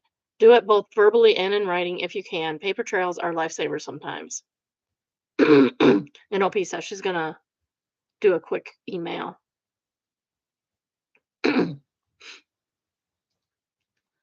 Next, we have entitled people, and it is entitled Moved to Puerto Rico, and now they're getting bombarded with requests to visit from people we barely associate with. Title pretty much says it all. We moved from Ohio to beautiful Puerto Rico a couple of years ago. We post a lot of photos by the gorgeous beaches, the mountain views from our home, and how great the food is, etc. We keep getting asked by people we barely know if they can come stay with us. So it's a cheap vacation for them. It's incredibly annoying, and I always feel like the a-hole when I try to make up an excuse as to why we can't host them, when in reality, we're private people who don't want our lives uprooted for a week or two playing host. Sure, you can come. Here's the hotels in the area. The most recent one is a cousin and his wife. I've only spoken to my cousin around 3 times in the last 20 plus years, only at funerals for family members. I've met his wife briefly at 2 of those funerals. We're not even on Facebook. We're not even Facebook friends. A few months ago, he awkwardly called me and asked if him and his wife could stay at our place on a vacation in Puerto Rico. I legitimately had other plans during the time they wanted to come visit and politely declined. I'm sure it's primarily his wife pushing it because she was in the background for the entire call. Tonight, I get a message request on Facebook from his wife asking if the 2 of them, plus 2 of their friends, can come stay with us for a week in June. I don't understand how people have the audacity to feel entitled enough to ask for something like this. I don't even enjoy hosting close friends and family, much less people I barely know. Being a host is a lot of work. You feel obligated to show your guests a good time, feed them, make sure they're comfortable, etc. Okay, so become the a-hole. Sure, you can come in June. You better have food with you, 'cause I'm not doing nothing. And you better clean before you leave. I'm not going to respond to the Facebook message request, but if they have the nerve to call again, I'm going to lay it out for them, even if it hurts their feelings. I don't know you well enough to feel comfortable having you stay at my house for 2 weeks with friends that I don't know at all, much less. I'm really not interested in getting to know you better at all. Have a nice life, and we'll make small talk at the next funeral. I have a cousin that lives like literally on the Atlantic Ocean in Florida, like on one of the sandbars. If you know, you know, near Cape Canaveral. I would never invite myself over. She's said I could come stay with her. I would never. We don't know each other well enough. Um, I would go down and stay in a hotel and spend, like all my day at her place, but I would stay in a hotel and I might go off and do my own thing. I'd probably go see my aunt from the other side of the family that lives over by Disney World, who's getting married. So happy for her. But no, I wouldn't stay with her because maybe if it was just me, but if it was me and my husband, no way, no way. I don't know her well enough to know that we'd get along together, you know? I'd like to, but what are you gonna do? Anne from Boston says, when people call to ask, just tell them that since you've moved, you've had dozens of requests to visit, many from people you barely know. If you accommodated everyone, you'd be exhausted and broke. So you're regretfully declining all such entreaties in the interest of protecting your sanity. OP says that's an awesome response, and I copied it for future use.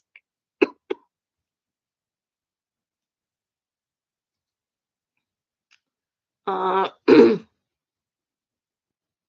Flat McGee says, I don't get it either. We had a relative making noise about coming to our area, open ended visit. Yikes. Husband made it clear that we would not be available to host. He got offended and stopped calling for months. Spoil me with a good time. Lavue just answers, we don't have a guest room. We live in a 3-bedroom house. Our bedroom is his office, my craft room, no extra beds. It's best to answer, can we come and stay at yours? My kind response is, oh, I'm sorry. We don't have a spare bed. There's a reasonable hotel nearby. I can send you the link. We'd love to have you over for dinner one night while you're in town. Exactly. Sneaky Seer says we live in a 2-bedroom apartment, and we do have a guest bedroom that is awful, also office space and hobby room. After I got taken advantage of twice by different people with the spare room being taken up for way longer than initially agreed, we now no longer have a guest bedroom as far as people are concerned. We have a home office, hobby room, gym. We left the bed in there. My mom can come stay, and that's about it.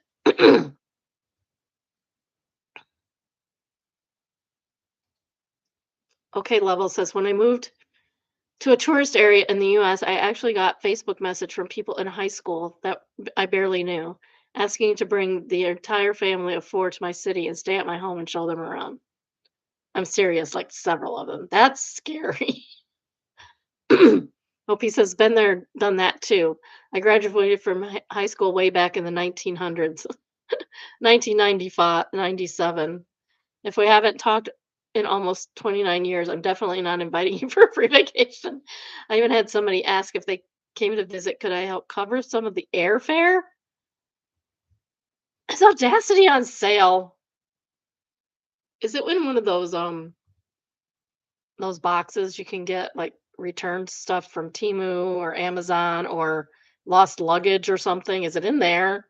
Because it seems to be almost free.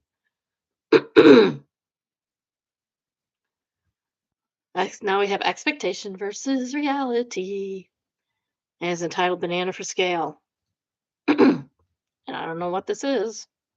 It's supposed to be, but there's bananas. And it looks like apples, maybe, or peaches. I can't tell.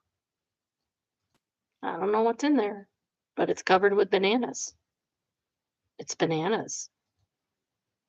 Well, they measure the bananas 6 inches by, they claim almost 6 inches by 3.5 inches ish. Supposed to be a bowl, I think. I believe it's supposed to be a bowl. Okay, banana bowl. Banana won't even fit in that little tiny bowl. It is probably the size, though. How come your bananas are so big?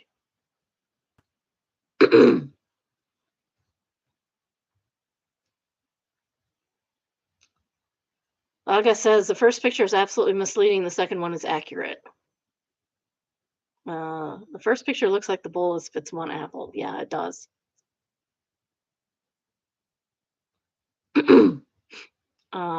Bug Bread says here in Japan we use boxes of cigarettes for scale. And great timing on Sunday. I was drinking with some friends. I told them about the Western banana for scale thing, and their reaction was basically, "But that's so dumb. Bananas come in all sizes." So I had to explain that people weren't really using bananas for scale. It was a joke. So imagine my shock reading this and seeing that people were sincerely using bananas for scale. That's crazy. Don't do that. Well, bananas became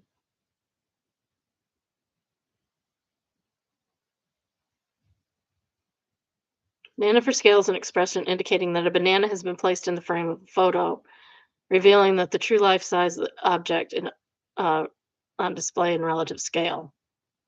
In March 30th, 2005, a photo of a banana was placed against a TV set, um, explaining the TV was for sale. I don't know how big the screen is. We're moving. I can't find the tape measure, but I do have a banana for scale.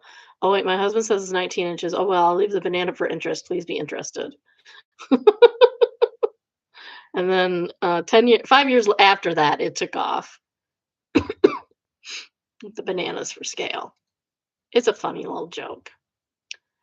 All right. If you haven't already, please like, subscribe, and turn on your notifications. I try to go live at least 4 times a week, usually about around noon Eastern time. Today was 12:30. It's usually going to be 12 a little later on Wednesdays. Tell your friends, tell your family, tell your enemies, tell your banana producer person, your banana grower. If you have a story of your own or come across a good one in the wild, please send us an email entitled submission. Tell your mother-in-law. Maybe you should learn something from all the mother-in-law stuff. If you would like an email link to the day's current live, send an email entitled subscribe. The email is biddybrunchbunch, all one word, at gmail.com. The email is also in the description, and, give me up to a month to do that. All right.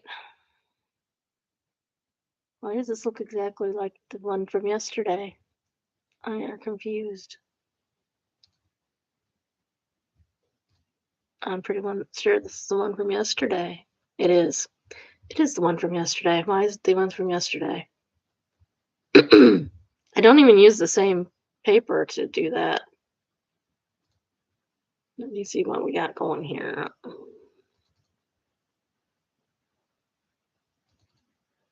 I don't know what I did, but I must have. Whoops, that's not the right. Oh, yes. Okay.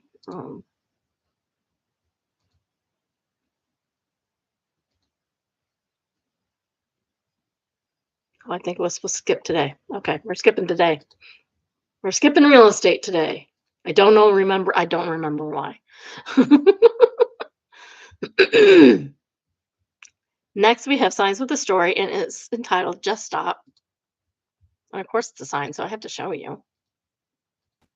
It says, "You're expertly checking the heft and balance of decorative replicas of a cartoon sword, so just stop."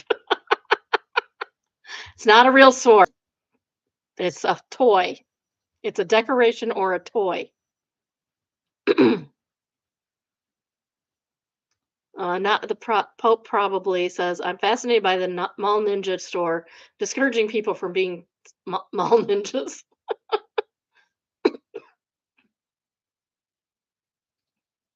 Next separated comment says, it's from Drillgorg, says, "If I'm going to buy a fun prop, I want to check it out to see if it would feel fun to hold."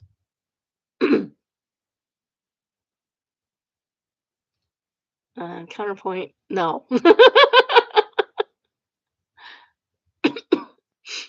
funny.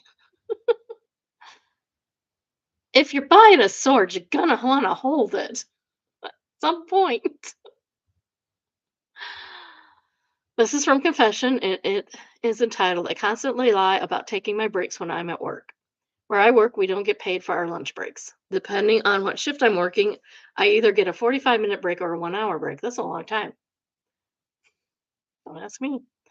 I'm a single parent. I've been struggling financially for the past few years, and I usually only afford to eat one meal a day. Oh, that's heartbreaking.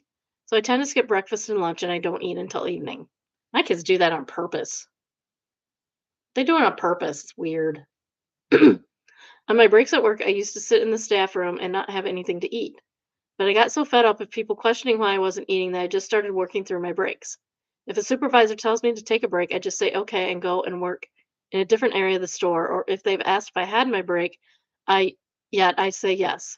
Working through keeps me busy, helps me from being hungry because I've trained my brain not to recognize lunch as a thing. So yeah, my company has benefited from loads of free labor from me because I'm too poor to eat at work and too embarrassed to admit it. You should still take a break.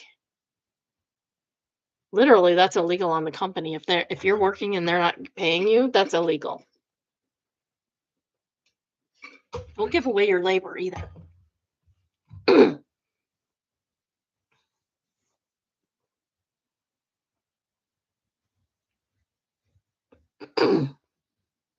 Then they're giving her advice on what to eat. Sacks of rice. Chemical Chromance says, can you go for a walk on your breaks? You can tell people you grabbed something while out, and it also gives you a chance to have a break that you deserve. Nobody has brought up that it's literally illegal. Too Valuable says, don't give anyone more free labor for your company. 45 minutes to an hour really isn't that long. But if you want to keep busy, you could do something like knitting, crocheting, crossword puzzle, etc., or even some scrolling on your phone to unwind. Also, please make sure you're not missing out on anything you're entitled to benefits wise. Pride doesn't heat your home or fill your belly. Exactly. Least Mountain Wafer says, least of all, a business that pays so badly you work there and can't eat. Uh, Bus Busy says, also in most places, not clocking out for lunch or continuing to work after clocking out breaks rules around mandated breast breaks, and you can get fired if they catch on. Finally, somebody said it. It is illegal. The company can get in trouble, and that's why they will fire you if you do it. Don't do that without permission. Like I've had jobs where I could either take a lunch or not. It didn't matter. Um, but I got paid for it if I didn't take a lunch.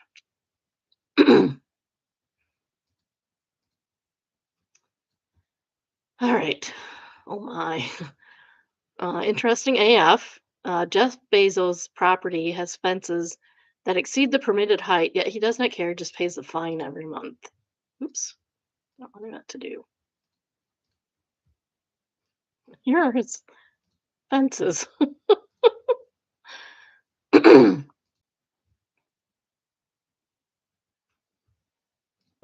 Are you coming to the street?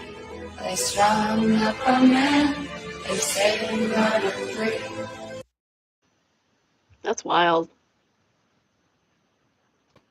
I'll probably get dinged for that. I got dinged twice already this week for posting songs. They're on the TikTok things. It's okay. It's not a copyright violation because I can just tell them take that song out and they'll do it. It's automatic, so I don't care. Distinct Day says laws are only for poor people. You would think the fines would grow as you do it. Um, Finster answers the city should enforce it if they really wanted to, but I'm guessing they're enjoying the extra revenue. And Uber Drive says, however, city officials say the property is not violating any codes. The estate received a variance in 1997, long before Bezos required it, allowing the hedges to remain above the standard height limit. So the whole post is BS. It's not true. They have a variance. So he's not paying a fine. And fine should be like a fine like that should be multiplied. Should be a multiple. Like you do it the first time, you have to pay this much. If you do it another time, it should be more. And it should go up every time until you stop doing what you're doing. But he's not getting fined for that at all. He has a variance. It's fine. He's not doing anything wrong. Next is Am I the A-hole? And is entitled AITA for leaving my friend at the brewery when he brought up something that haunts me. I don't know. Let's find out. A few years ago on a hike with my wife, she slipped and fell. I was not able to get her up. For those of you who are familiar, this took place on the 14 ER group out of Chicago Basin, so it was stressful. Thankfully, another man was able to get her out, but it was hours later, and she had been perched on up on a cliff under the drop site. That's scary. She has never been upset with me for not being able to help her by myself. We're both avid, experienced hikers, but I am not a strong guy, and she is a sturdy gal. The fear on her face as she fell is imprinted on my mind and something that will always haunt me. I can imagine. That's terrifying. For a split second, I thought I would lose her forever. Not being able to help her haunts me. She and I were together at a brewery with some friends. One of them was talking about a trip he planned to Como for the Blanca Little Bear Travers. We did that a while back, and I had some advice for him. For absolutely no reason, looked at me and said, "Okay, bro, I'm not taking advice from a man who left his wife to rot on sunlight." Oh, what a jerk. My wife immediately corrected him, but I was stunned. He thought it was hilarious and had a huge grin on his face. I didn't know what to say. So I just got up, got to get another drink, but ended up going outside. My wife came to find me and ask if I was okay, and I was honestly very upset and said I'd like to go, and she drove us home. The issue. Our friend was expecting him to drive us to drive him home, and I didn't say anything or tell him I was going. I just left. He texted me, "Where the wing did you go, bro?" And bro, why are you ignoring me and all that? He had to take an Uber home, which was expensive. I asked him why he would bring up that accident when he knows how I feel about it, and he responded with a bunch of images of emojis pointing and laughing. He said that my hypersensitivity cost him money. He is out of work, so that's true. And that I need to nut up and learn to laugh at myself. Absolutely not. No, you're a word I can't say, bro. Oh, this guy. Why is he your friend? This is not your friend, dude. Dump him. This is not typical behavior for him. I really don't hang out guys to do all that bro stuff. He's historically been a nice guy, but he's not a good guy, clearly. I would also not normally just abandon someone as I promised a ride. Am I the a-hole for leaving him without a ride? No. He knew he was triggering you, and he's still laughing about it. No. Writing an edit. Thank you for the responses, everyone. I did not want to bog down this post with the technical parts of what happened during the descent of my wife. I can carry my wife. That was not the sole issue. There was not a safe way for me to reach her and pull her up from where she was without help, nor to get her from below or the side. The man who came through had additional gear that helped, on top of having more upper body strength. It was the combination, and I apologize for not making that more clear. You owe nobody an explanation about the details. You couldn't get her up. This other guy did. That's all you need to know. It doesn't matter. It doesn't matter. You didn't abandon her at all. Dryad Duneth says, "Hey, a good tip for anyone reading this: if you want someone to do you a favor, don't be intentionally cruel to them." No kidding. NTA, and I would not feel bad for him experience a consequence for his actions, and I would need a real apology before even considering meeting him again. Offers Favors would be off the table indefinitely, regardless. Miss Fabulina says, and then he doubled down when talking about it afterwards. What an asshat. Yeah, that's what I wanted to call him. NTAOP, NTA. Bluff Production says, I was upset enough at you to abandon you, fully aware of the situation it would put you in. The best response is obviously to double down. NTA. Also, do not beat yourself up so much. Lifting the tiniest adults from below your feet while standing on the edge of a cliff is a challenge most adults are not up to. Yeah. You don't give a lot of details on her situation, but even as a strong person, I would have been inclined to get help if I couldn't at least find a way to tie myself off. There are absolute ton of stories of one near miss turning into two deaths. There's a reason why people are professionally trained for mountain rescue. It is extremely dangerous. 100% that. Second top rated comment is from you Ubeliquus the Wise. It says, "That's not your friend, not your bro, not your buddy, not your pal, not your guy. That was a low blow and cost himself money with that comment. NTA, drop that person from your life." Cruel Hand Luke says, "This guy is not your friend, buddy." No Stab says, "He's not your buddy, pal." Freedom's Last Breath says, "He's not your pal, jackass." Moose says, "Did you just call Opie a jackass?" Yes, yeah, they did. Mathman is the third top rated comment, and they say, "NTA and your wife loves you. The latter part matters more than some nice ex friend of yours." There was an extra word in there that did not belong. "You didn't have to say you were upset. Your wife knew it and she came out to talk to you. She asked you what you needed and she left with you immediately. It sounds like she didn't even bother asking about how the other guy will get home because it didn't matter. Nothing Accept nothing, expect nothing from this person who made this comment. Don't expect them to change. Don't expect them to apologize. If you do, you're only setting yourself up for disappointment. Do not carry this." 100%. That's all we need to know about that. Next, we have Overheard and is entitled Overheard at Food Truck, Pasta Woman. They had me sub in kindergarten this week. It's so different from the older years name wise. Chicken Woman, how so? Pasta Woman. My older kids in higher grades, some of them had odd names, but it's the exception. The kids in kindergarten, it's like unusual to see a common name. It's like their parents were naming pets. I told you that my grandson named his new pet chickens, three of them. Mabel, his name, and Kevin, because everything's named Kevin. I'm surprised they weren't all three named Kevin, to be honest.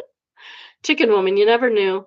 When I was a kid, Ginger was kind of out there name, and now I wouldn't think twice about it. Pasta Woman, one of the kids was named Peanut. I asked the parents about it, and that says it's what they always call the baby in the womb, and it's just natural to make it the legal name of of the baby, human child, named Peanut. That kid is gonna have to change his name later to something, Peter something, I don't know. Chicken Woman, that's, maybe someday it will be a totally unremarkable name, Pasta Woman, or maybe it won't. Don't think so. Salty Leak says, "It's like they were naming pets is the most awesome comment about names today. My parents gave me what I thought was a weird name at birth, and I spent a good part of my life trying to avoid it. I'm fine with it now, but I was never called that again from 7 years old." I have an unusual name that's why I hide behind other names. Um, and I hated it when I was a kid. Nobody could pronounce it. Nobody could read it. I still yet today, people I know when they get to my name because they just stop and stare. That's me. But like, I like it now because I know where it came from and it's really cool. Fun Size says, I mean, Salty Leak 4027 isn't common, so good on your parents. LOL. Sorry, I couldn't resist. I'll see myself out. Security Familiar says, I taught K for years and we had a kid named Pimpin once. Oh my. Sure was the one supposed to be Pippin? That kid would have to rename himself Pippin as an adult. That's just ridiculous. Rave Requirement says, my daughter's preschool classmate was Darvin. Never had the chance to ask any siblings if possibilities were interesting to think of. Darvon? They could have just never heard of the drug. Trixie Dash Tuttle says, "Hello, Dilaudid. What's Percocet? What's up, Percocet? Have you seen Quaylen around?" I always says, "No, he's sleeping, I think." It's Reddit time says, "I really hope Peanut doesn't end up allergic to peanuts." Yeah. Temporary Nail says, "My son is allergic to peanuts. His dad calls him Peanut. Son is 17 and we're divorced, and I can't remember if the name started before or after he found out about the allergy." Telepathic Twin says, "I briefly dated a guy who was named Sweets by his friend. He was a type 1 diabetic. After we ended, my dad referred to him as Sours."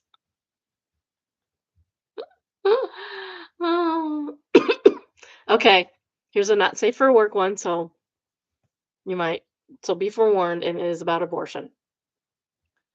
This is from True Off My Chest, entitled I Lost My Abortion Pills and Now I'm Just Someone's Wife and Mom. Throwaway because people have found me for my actual account and because this is about a topic I've never told anyone about, not even my husband. I found out I was pregnant 2 years ago despite using protection. My boyfriend and I had been together for a year at that point, but when I took the pregnancy test, he was on vacation abroad with his family, so I found out I was pregnant alone. We were working decent careers and I knew it would be okay financially, but I just didn't see myself as a mom at all. All I was all I want was to keep moving up in my career and get a postgraduate degree and maybe go abroad for work. I thought about my options and abortion was the clearest choice, at least for me. Now I know I was an a-hole for not telling him, but I felt like I had no choice. See, I live in a country where abortion is not legal, so I had to get some medicine from somewhere else. My plan was to take the pills and make it like nothing happened, so I ordered the pills, got them a few weeks later, and took leave from my job to take them. On the day I was going to take them, I swear to God, the pills were not where I left them. I don't know if it was divine intervention or something. I looked everywhere. I live in a tiny condo. It couldn't have gone anywhere. But I didn't find them. Panicking, I tried ordering again, but realized that because of shipping, the new pills would come way after the allowable period to abort. After a few days of tears and praying I would miscarry, not looking both ways when I crossed the street, I finally told my boyfriend, and he was so happy I immediately felt guilty. In the next few months, we got married and had our daughter. She looked so adorable. I was such a tiny pink baby that when I looked at her, when they put her on my chest, and I thought about maybe things will be okay. But it's been a while, and the baby's growing up and babbling and learning to walk and stuff, and I still do not feel strongly for her. She's great, and I will do anything I can to protect her, but I don't know if I feel real love towards her. The worst part is I haven't gone back to work. My now husband and I agree that we'll both work because we have support ready here. But because I took a long break off and because most jobs are flexible enough for a woman with a family, I haven't gotten any interviews. And this is why abortion is important because it can derail your life. So now when my husband's out at work, I just sit here with my daughter going through motions and taking care of her like a good parent would, and I feel empty because I would rather sit in my old cubicle in my old office sending emails than wrestle a child who won't lay still enough for me to put a new diaper on her. I thought by now I would be a woman in top management, being a boss lady and stuff, but instead I'm just someone's wife and someone's mom. To this day, I still don't know where the pills disappeared to. Oh, that's horrible. Milk Dimension says pregnant despite birth control and then pills seriously disappearing. Oof. Late Emu says, yeah, several red flags went up for me too. It could just be trauma talking though.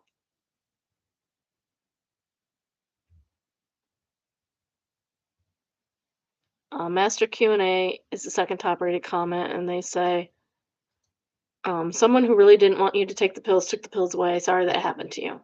That's a very strong possibility, yeah. James says that's one very strong possibility. OP does not write about who she may have told, though, so it makes me wonder who had access and who knew. She says she didn't tell anybody. Somebody speculates that somebody took the pills without telling her.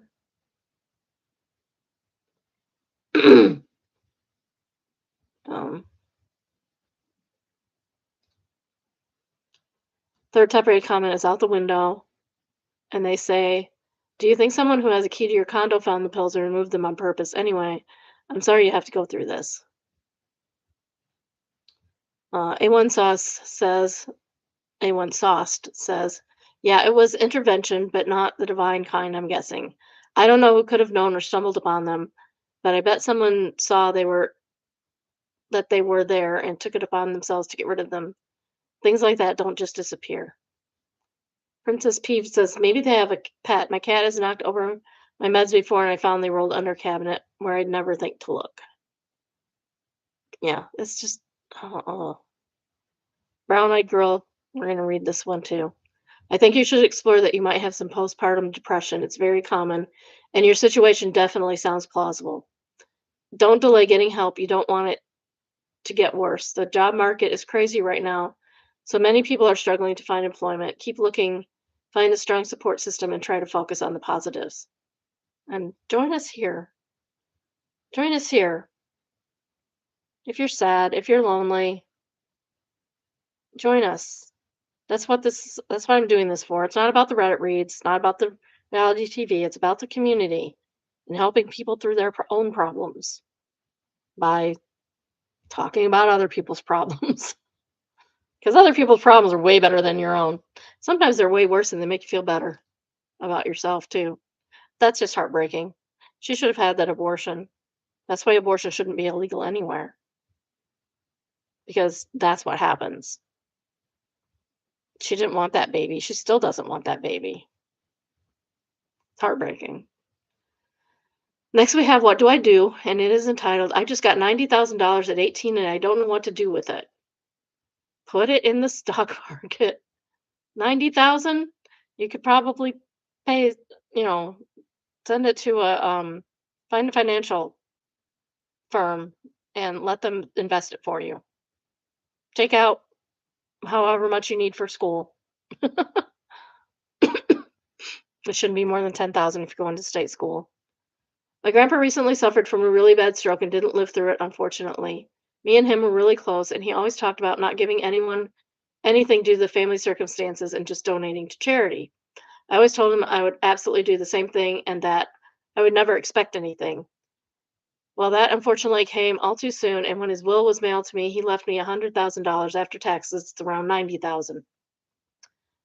My parents are telling me to keep quiet and let them help me, but I want a second opinion. I'm heading into the Air Force and I've never been amazing with money, but even I know this is a life altering amount of money. Please help me guide me in the right direction. Edit. I'm seeing a lot of different things and I'm extremely grateful for everyone giving advice.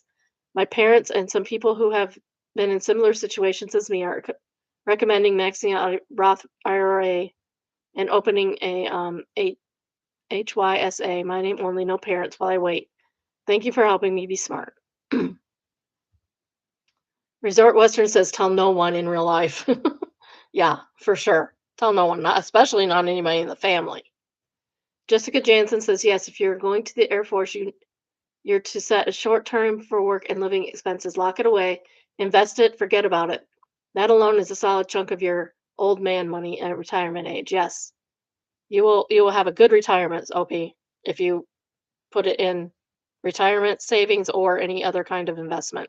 I've put half of it in, honestly, in retirement in Roth IRA and then invest the rest of it. and live in, and then live within your means of what you can afford off of your salary. And then when you're out of the military, you can get a job and live within your means on that salary. And then when you retire, you will have all kinds of money.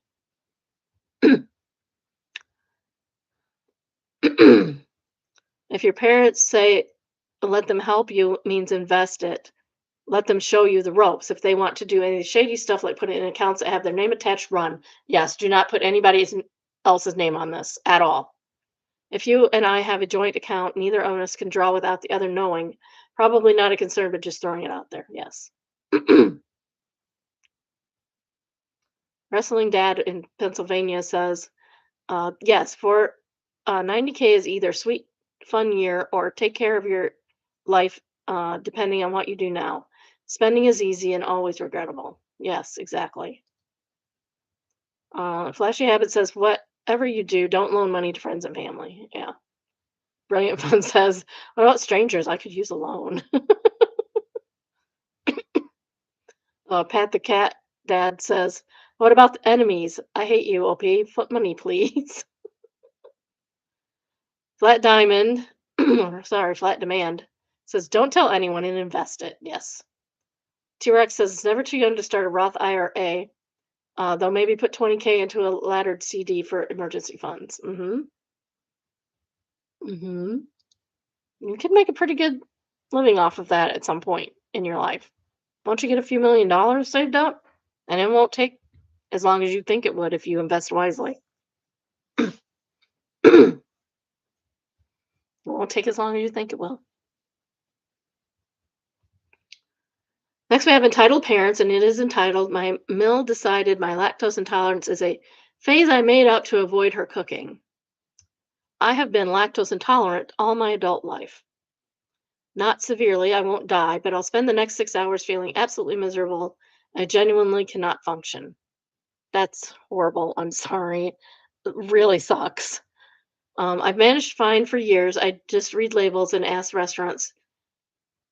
at restaurants, keep my own stuff at home. It's not dramatic, just a thing I deal with. Are you sure it's lactose and not an actual like protein allergy? Because you can have that too. My husband's mom has known this since we started dating 4 years ago. She's never once commented on it, and I thought we were fine. Last month, we went over for Sunday dinner, and she made this big creamy pasta thing, and I asked quietly, just between us, if there was any way she had a portion without the sauce, or was there something else I could eat? Very calmly, very polite.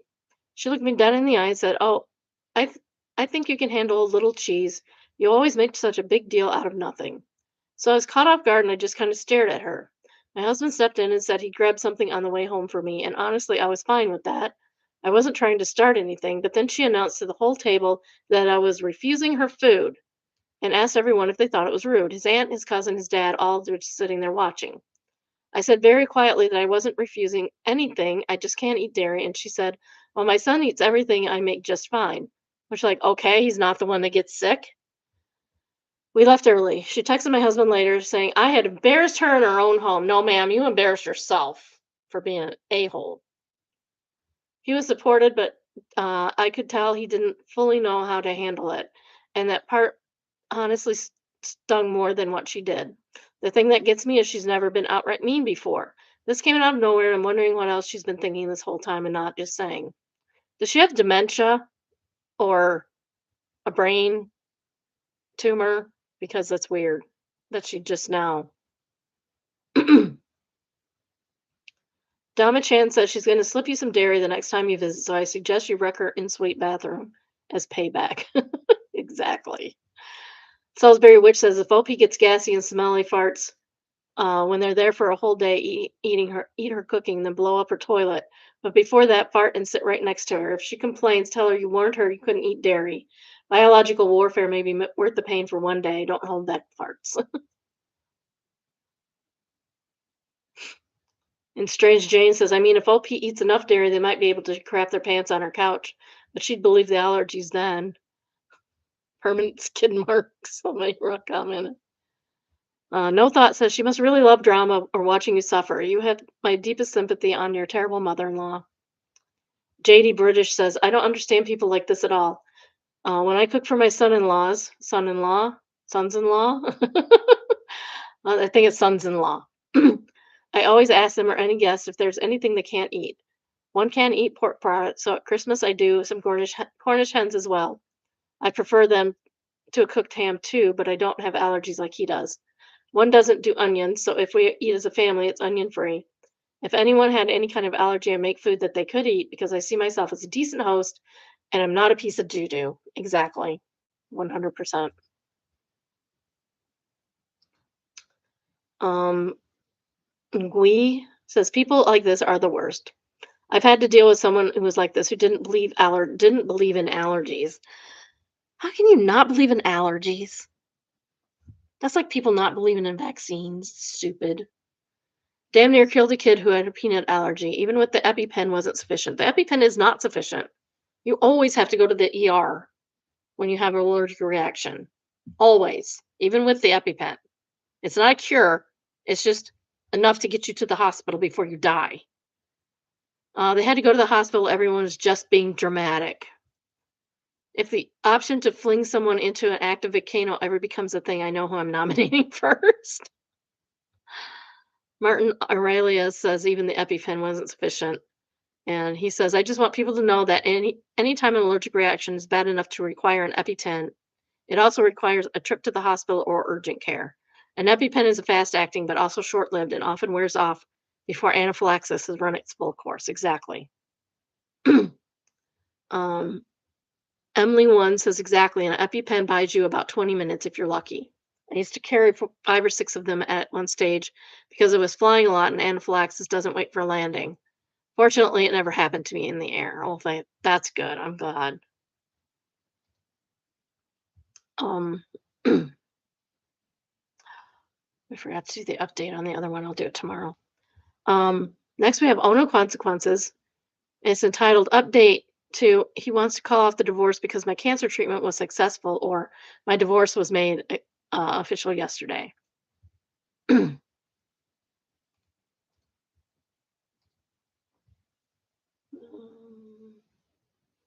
I'm trying to find the original. Okay. It's caught from 4 years ago. True Off My Chest, originally from True Off My Chest, entitled He Wants to Call Off My Divorce Because My Cancer Treatment Was Successful. When I was diagnosed with testicular cancer, he filed for divorce because he said it would be too much to take care of me. So clearly, this is a same sex couple. In my province, you have to live separately and apart for 1 year before a divorce is granted. And I think, honestly, that's a good idea. That's a very good idea. People change their minds. People need time to heal and they jump into another relationship too soon. I think waiting a year is a good idea. Waiting 2 years is even better. Since he left, I've had surgery and chemotherapy. My latest checkup it shows no evidence of disease. I'm so happy for you, OP. When he found out that I don't know how, he applied to a court to withdraw the divorce application. No, you don't get to do that. He told me we can stay married since I'm no longer sick, and was actually shocked when I blocked the divorce withdrawal petition through my lawyer. I don't want to be married to him after what he did. Of course not. Of course not. Carpe says, well done, you found his true nature. He can't undo that. Speak softly, big stick answers, when someone shows you who they are, believe them. Maya Angelou. Edited credit for the quote.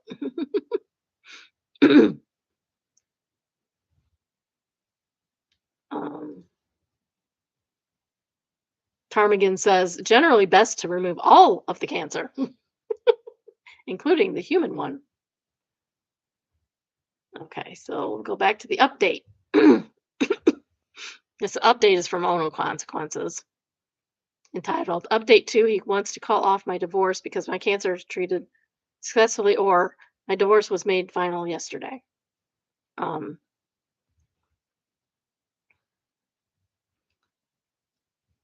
My divorce was made final yesterday. It's over. 4.5 years of hell and being in limbo.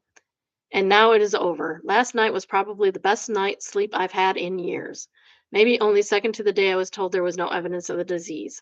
I feel like shouting from the rooftops because I'm free. I was diagnosed with testicular cancer in August 30th of 2021. 7 days later, my now ex-husband told me he was leaving me because it would be too much to take care of me and he didn't sign up to be a nurse. When I had my first appointment with the oncologist a few days after my diagnosis, I was given a warning about men leaving their spouses when there's an illness. And it happens a lot. Men, do better. But I never thought it would happen to me. Every person in my support group who was married to a man had it happen to them too. Wow, that's crazy. It was eye-opening. Well, maybe they don't need a support group if they have a good husband. It was eye-opening. I spent almost a year going through treatment. I had surgery, I had chemotherapy, and it almost killed me, but in August of 2022, I was told there was no evidence of the disease. I don't know how he found out, but he did, and he wanted to call off the divorce because I'd gotten better. He was absolutely shocked when I moved forward with the divorce and did everything he could to drag it out. I'm so glad the court finally saw through his games, and now the divorce was made official. 4 years and 6 months after he left. I haven't seen or spoken to him in years, and I don't plan to ever again. Since no evidence of disease, I got a great new job with the provincial government. I'm planning a vacation for my 40th birthday, and most importantly, I'm free. That guy didn't love you. It's so sad. The top rated comment is from Dish Groundbreaking says, I'm with the top comment. Congratulations on getting rid of 2 cancers. Lady Norbert says, agreed, that was an exemplary comment. That was the one we read for the other one. Cyber Poodle says, why do men think that just because they they reconsider the divorce for whatever reason. Their partner should too. Why do they not understand how it breaks the love and trust you need to have a relationship if you get tossed to the side for benign reasons? Exactly. Like how did they think that works? How would they feel if they were the ones tossed aside? Please someone explain this to me. Why would I want to continue a relationship with in which my support by my partner is conditional? Slight Slithwolf says those specific men don't really understand that other people have feelings. And Short Woman says, ah, yes, the woman as an accessory theory. OOP is a gay, and Chillivan says OOP is a gay man. Okay, and still applies even if it's badly named. Yes, exactly. Their temporary comment is content great grandma. And she says, congrats on getting rid of two cancers. I too am a survivor of breast cancer. My husband is deceased, but I did have a great support system from family, friends, and coworkers. May you continue to be cancer free. And you also, Grandma. Mildly infuriating. My son won this at his state fair.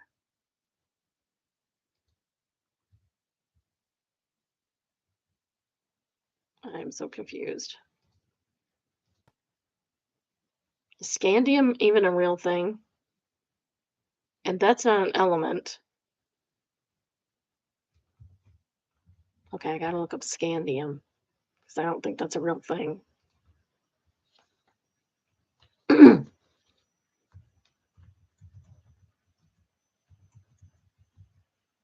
Well, maybe it is.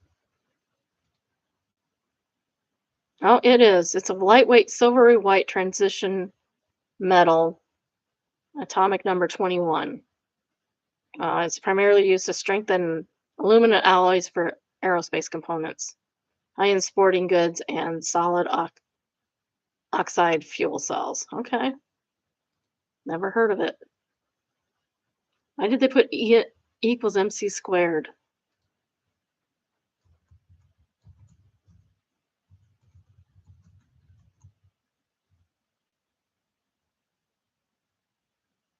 They could have used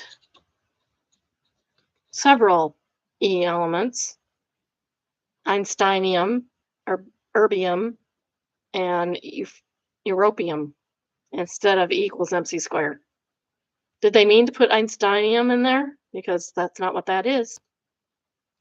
That is not what that is. So weird.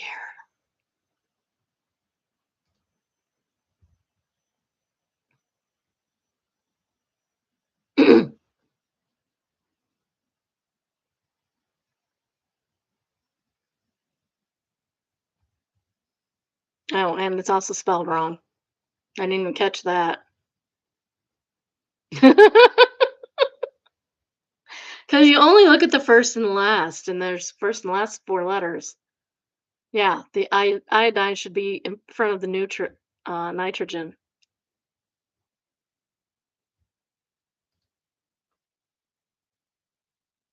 They science, not spell.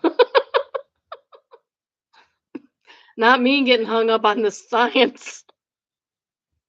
And I don't even know. Oh, jeez. Nobody's picking up on the E equals MC squared. Oh, here we go, finally. It took us 1, 2, 3, 4, 5, 6 comments to get to MC squared is wrong. Repulsive X says this is more infuriating the more you look at it. For example, for E, they used E equals MC squared. What does that have to do with chemistry? Badoo's, Badoo's, Badulsum, man? I don't know. It's a science fair, spelled wrong, not a chemistry fair. They did not need, I said they needed an E by itself. I don't think so.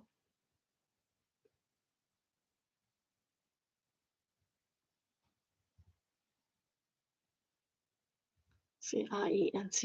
No, they didn't. I don't think they did. It's stupid. It's so stupid I can't even.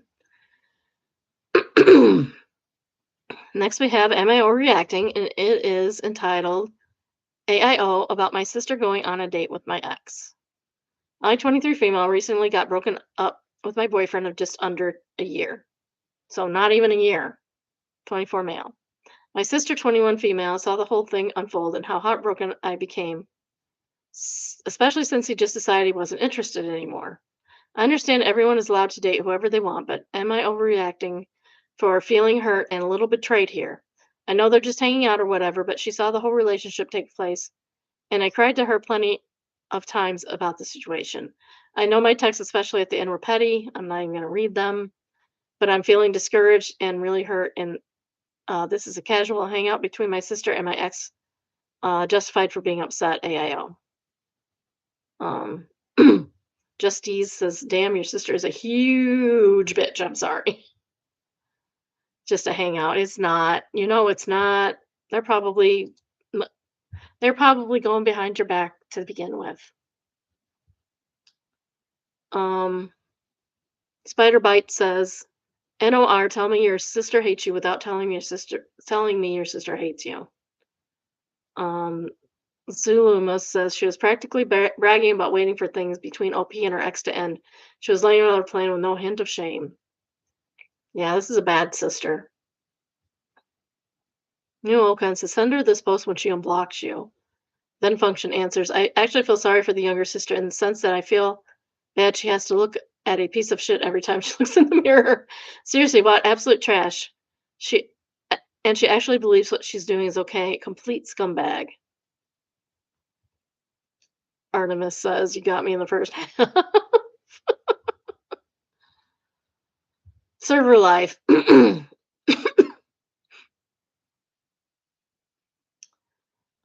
It's entitled, "How Miserable with Your Life Do You Have to Be to Do Crap Like This?"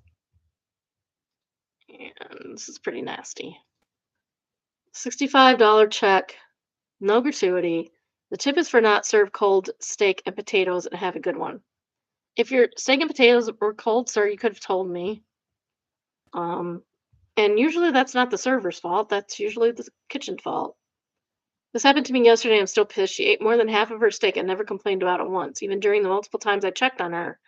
Makes me sad that there are such losers in the world who just want to be hurtful to others.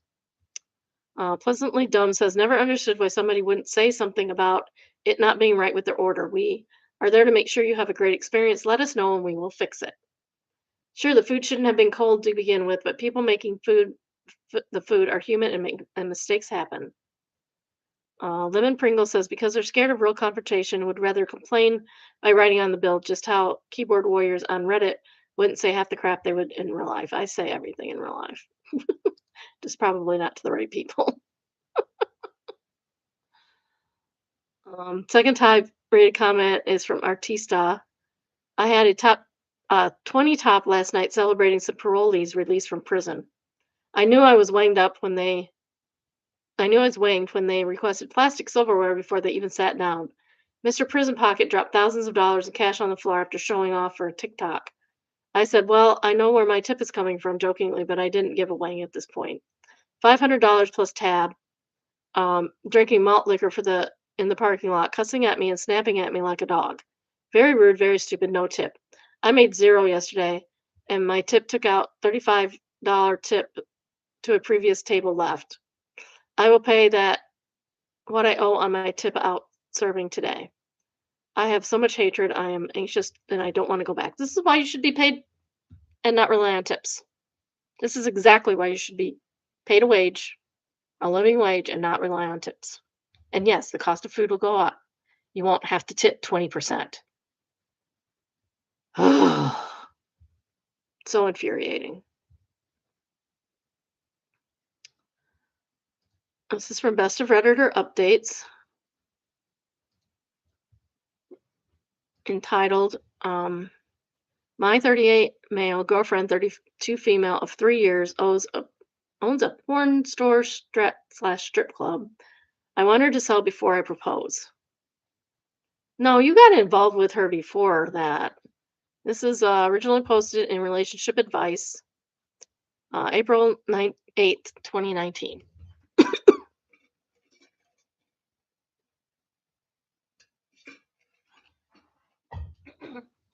So that's good free money right there. My girlfriend was left a porn store and strip club by her dad when he died 8 years ago. He left it to go be a crap hole, but she poured her entire inheritance and took out some loans to revamp them both. It's now a popular and well managed establishment. She makes a decent life, but I have issues and I want her to sell it before I even think of proposing. So goodbye. Goodbye. This is not the girl for you. She's making a good living. Leave her alone. I don't think the adult industry is a positive place for anyone. I can't tell my strict Catholic parents what she does for a living. So go. It's not for you. She has to put a lot of time into the club. Saturday, we had plans to go see Shazam and have dinner. She got called that a bartender's kid is sick, and she ended up working until 4 a.m. due to no coverage. That's what happens when you own a business, sir. This is a regular occurrence in some capacity. She just shrugs at me and tells her it's part of being an active owner of a successful business. And she is 100% correct. She ends up working until 4 a.m. at least 4 times a week. She's adamant that she will not sell. I need some good points on why she should. Points involving children will not work as she doesn't want children. Move on with your life, sir. This girl is not for you, and that's okay. You're not for her. Agent Scully says, it clearly makes her happy and sounds like she's good at it. Why should she have to sell her business that she enjoys running just to appease you and your parents? Let her be a successful business owner. And OOP says, I admit she's great at it. I don't see why she can't sell it and buy a regular bar. I shouldn't want to. That's a regular bar to make as much money. Cultivate Lincoln says, is your issue more that she's going to be completely devoted to keeping a small business profitable or the nature of the business itself? Pulling mammoth hours is pretty standard for non crap hole small businesses. Your term, that remain in business. Although, if she's reached to a point where the business can be managed by hired people and she can live her life, you may want to ask her what she thinks, especially if the two of you are getting serious about marriage and building a family. It's a necessary discussion pre proposal. That said, considering the work she's put in, I wouldn't find it surprising at all if she's reluctant to let go of any level of control and responsibility. As far as the nature of the business, that's a bit trickier. But don't start with my parents don't approve. Don't bring that up at all, actually. In fact, don't let that be a reason for anything to do with the relationship. No, no, it should be something to do with the relationship because she's going to have to put up with that crap people the rest of her life if she marries this guy. Edit. I write this assuming that OP is bringing up his concerns to her separate from a marriage proposal, but making it clear that it's an issue for him going forward in their relationship. OOP, she said letting other people manage it was what got it into the issues that it had when her dad left it to her. She also enjoys having goals and managing the club. She doesn't want kids, so she doesn't think the hours she works should be an issue. I agree with her. Update April 9th, 2019, the next day. I decided to tell her that the sexual side of the store and club bothered me, and that I wanted her to sell it before I would propose. I made breakfast before she left to go over to the store for the day. She dumped me on the spot. Good for her. Yay, good girl. She said she enjoys her work, loves the adult industry, and has no plans on selling ever. She says she has worked too hard too long for that sort of BS. We don't live together, so we walked through her apartment to gather my things, and I gave each other's keys back. She already blocked me on Facebook. You poor thing. Wah, wah, wah. Wah, wah, wah. Perspective says she can do whatever she wants. You can do whatever you want. If you don't see yourself being married to a strip club owner and she wants to be one, then this is your best outcome. Move on. OOP. It is the best outcome. I agree. It was our third conversation about the issue. And each time she offered a sort of indication that she felt my feelings were valid. Oh, shut up. She did not. Hooptacular says, so does the strip as well? So does she strip as well? She covers for the bartender. I assume that means she covers for others as well. OOP, no, she does not strip. If the dancer doesn't show, that's not the end of the world because the other dancers will pick up the slack. Wait staff for the restaurant, bartenders, and cashiers for the store are roles she feels she can do. She does dress a little more provocatively than bartending, but nothing indecent. Update. I want my ex-girlfriend back. May 15th, 2019, a month later. I broke up with my ex-girlfriend. No, she broke up with you, sir. Against Reddit's advice because she owns a strip club porn store. Porn store, yeah, okay. It didn't sound right at first. That she inherited from her father and she refused to sell. I ended up telling my parents what she did for a living, and they were shockingly cool with it. My dad said he even had his suspicions because he knew her dad growing up and figured it all out through the last name. Her dad was well known in town. I went to the club last week and tried to talk to her, but she was covering for a bartender again. She was dressed up as Suicide Squad Harley Quinn, and she did the gun cocking motion with a bat like Harley did in the movie while I was crossing the room, heading for the bar. Next thing I know, I was being escorted out by the bouncers. She blocked me completely on everything. I was thinking about sending a snail mail letter, but does that even work? I'm not sure what I would say. Well, if it isn't the consequences of your own actions and assuming, which, as you know, makes an ass out of you and me, except it didn't make one of her, just you. uh, Morosaurus says she dumped me on the spot, so conveniently became I broke up with my ex-girlfriend against Reddit's advice. Glittering Jaguar says the fact that he threw in against Reddit's advice to make himself sound like some kind of rebel martyr is sending me, buddy. Reddit's advice was don't do this, she will dump you, and then she literally did exactly that. Cardinal says my favorite part was when he asked his daddy first before he tried to get back with her, and daddy says it was okay, so not exactly the independent adult you'd want to marry. In fact, they were shockingly cool with it. Makes us thinks his parents were never the obstacle and the guy was really the problem all along. And then they quote the part about her dressed as Harley Quinn. I don't even know this lady, but I like what a badass she is. 100%. Strangled in Moonlight says, quotes, my girlfriend of 3 years owns a porn store slash strip club. I want to sell it before I propose. Uh, she's owned it for 5 years before they started dating. Dude was being ridiculous. If her job slash business was a problem, he shouldn't have dated her. 100%. This isn't a situation where they've dated for 3 years and she was CPA and just inherited the business. This is who she's been the entire time they've been together, and 3 years later, he wants her to change. GTF all with that. um, Mac and Laggy Dude says, not only that, but going to see her after being blocked. Color me shocked he didn't learn his lesson after being escorted out by security. Strangled in the Moonlight answers, it's really odd to me that he dated this woman for 3 years and wanted to marry her and yet never told his parents what she did. It's a pretty basic early question to ask it and her when they met. It sounds like they lived in the same town near enough to know her dad. Did he never have the girlfriend and the parents meet? How did he answer their questions about her job? Did he lie or did he keep her a secret? This whole thing is just weird. 100%. Um, yeah, the shirt's top third top rated comment is correct ad and is entitled I broke up with my ex-girlfriend. No, you didn't. She dumped you. Vander Riesen says not just dumped him, but dumped him on the spot. And mommy and daddy that he was so worried about didn't even care. Plus, he got escorted from her club. Hilarious. If that were me, I'm pretty sure I wouldn't have done an update. Yes, I would have put my tail between my legs and ran away. Nacho says that's because mommy and daddy were excuses for him not to be willing to say he was the one uncomfortable with it. Dude has zero introspection or is just terminally full of crap. Something about I quoted the third conversation about it. Dude also didn't get that his feelings weren't valid to her. He seems to believe because he feels something that makes it reasonable and is either too stupid or too arrogant or to understand that it is a part of the problem. He is the entire problem. He is the entire problem. Next we have Made Me Smile, and it is entitled Forrest Barnett. Um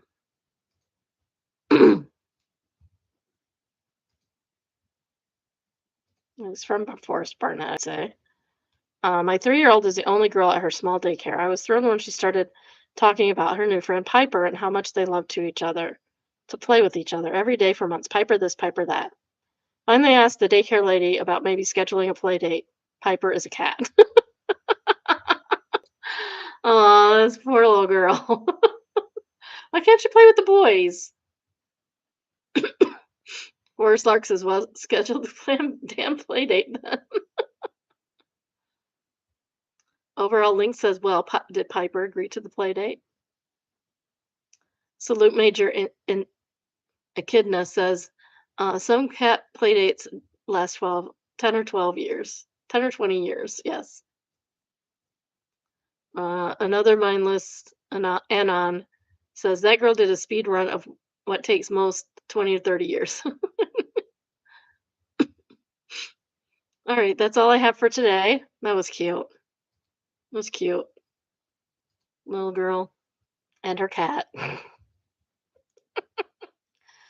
All right, I'm gonna go write up my outline for Classville that we'll have tomorrow. Those people never change, I swear. Anyway, y'all have a good day. We're having pizza for dinner. What are you having? Let me know in the comments, because I would tell you to let me know in the chat, but you're not here right now. I'd really like you to join me here. It'd be nice. All right, that's all I got. Have a good night. I'll see you tomorrow. Bye. Love you all, biddies. Bye. Bye.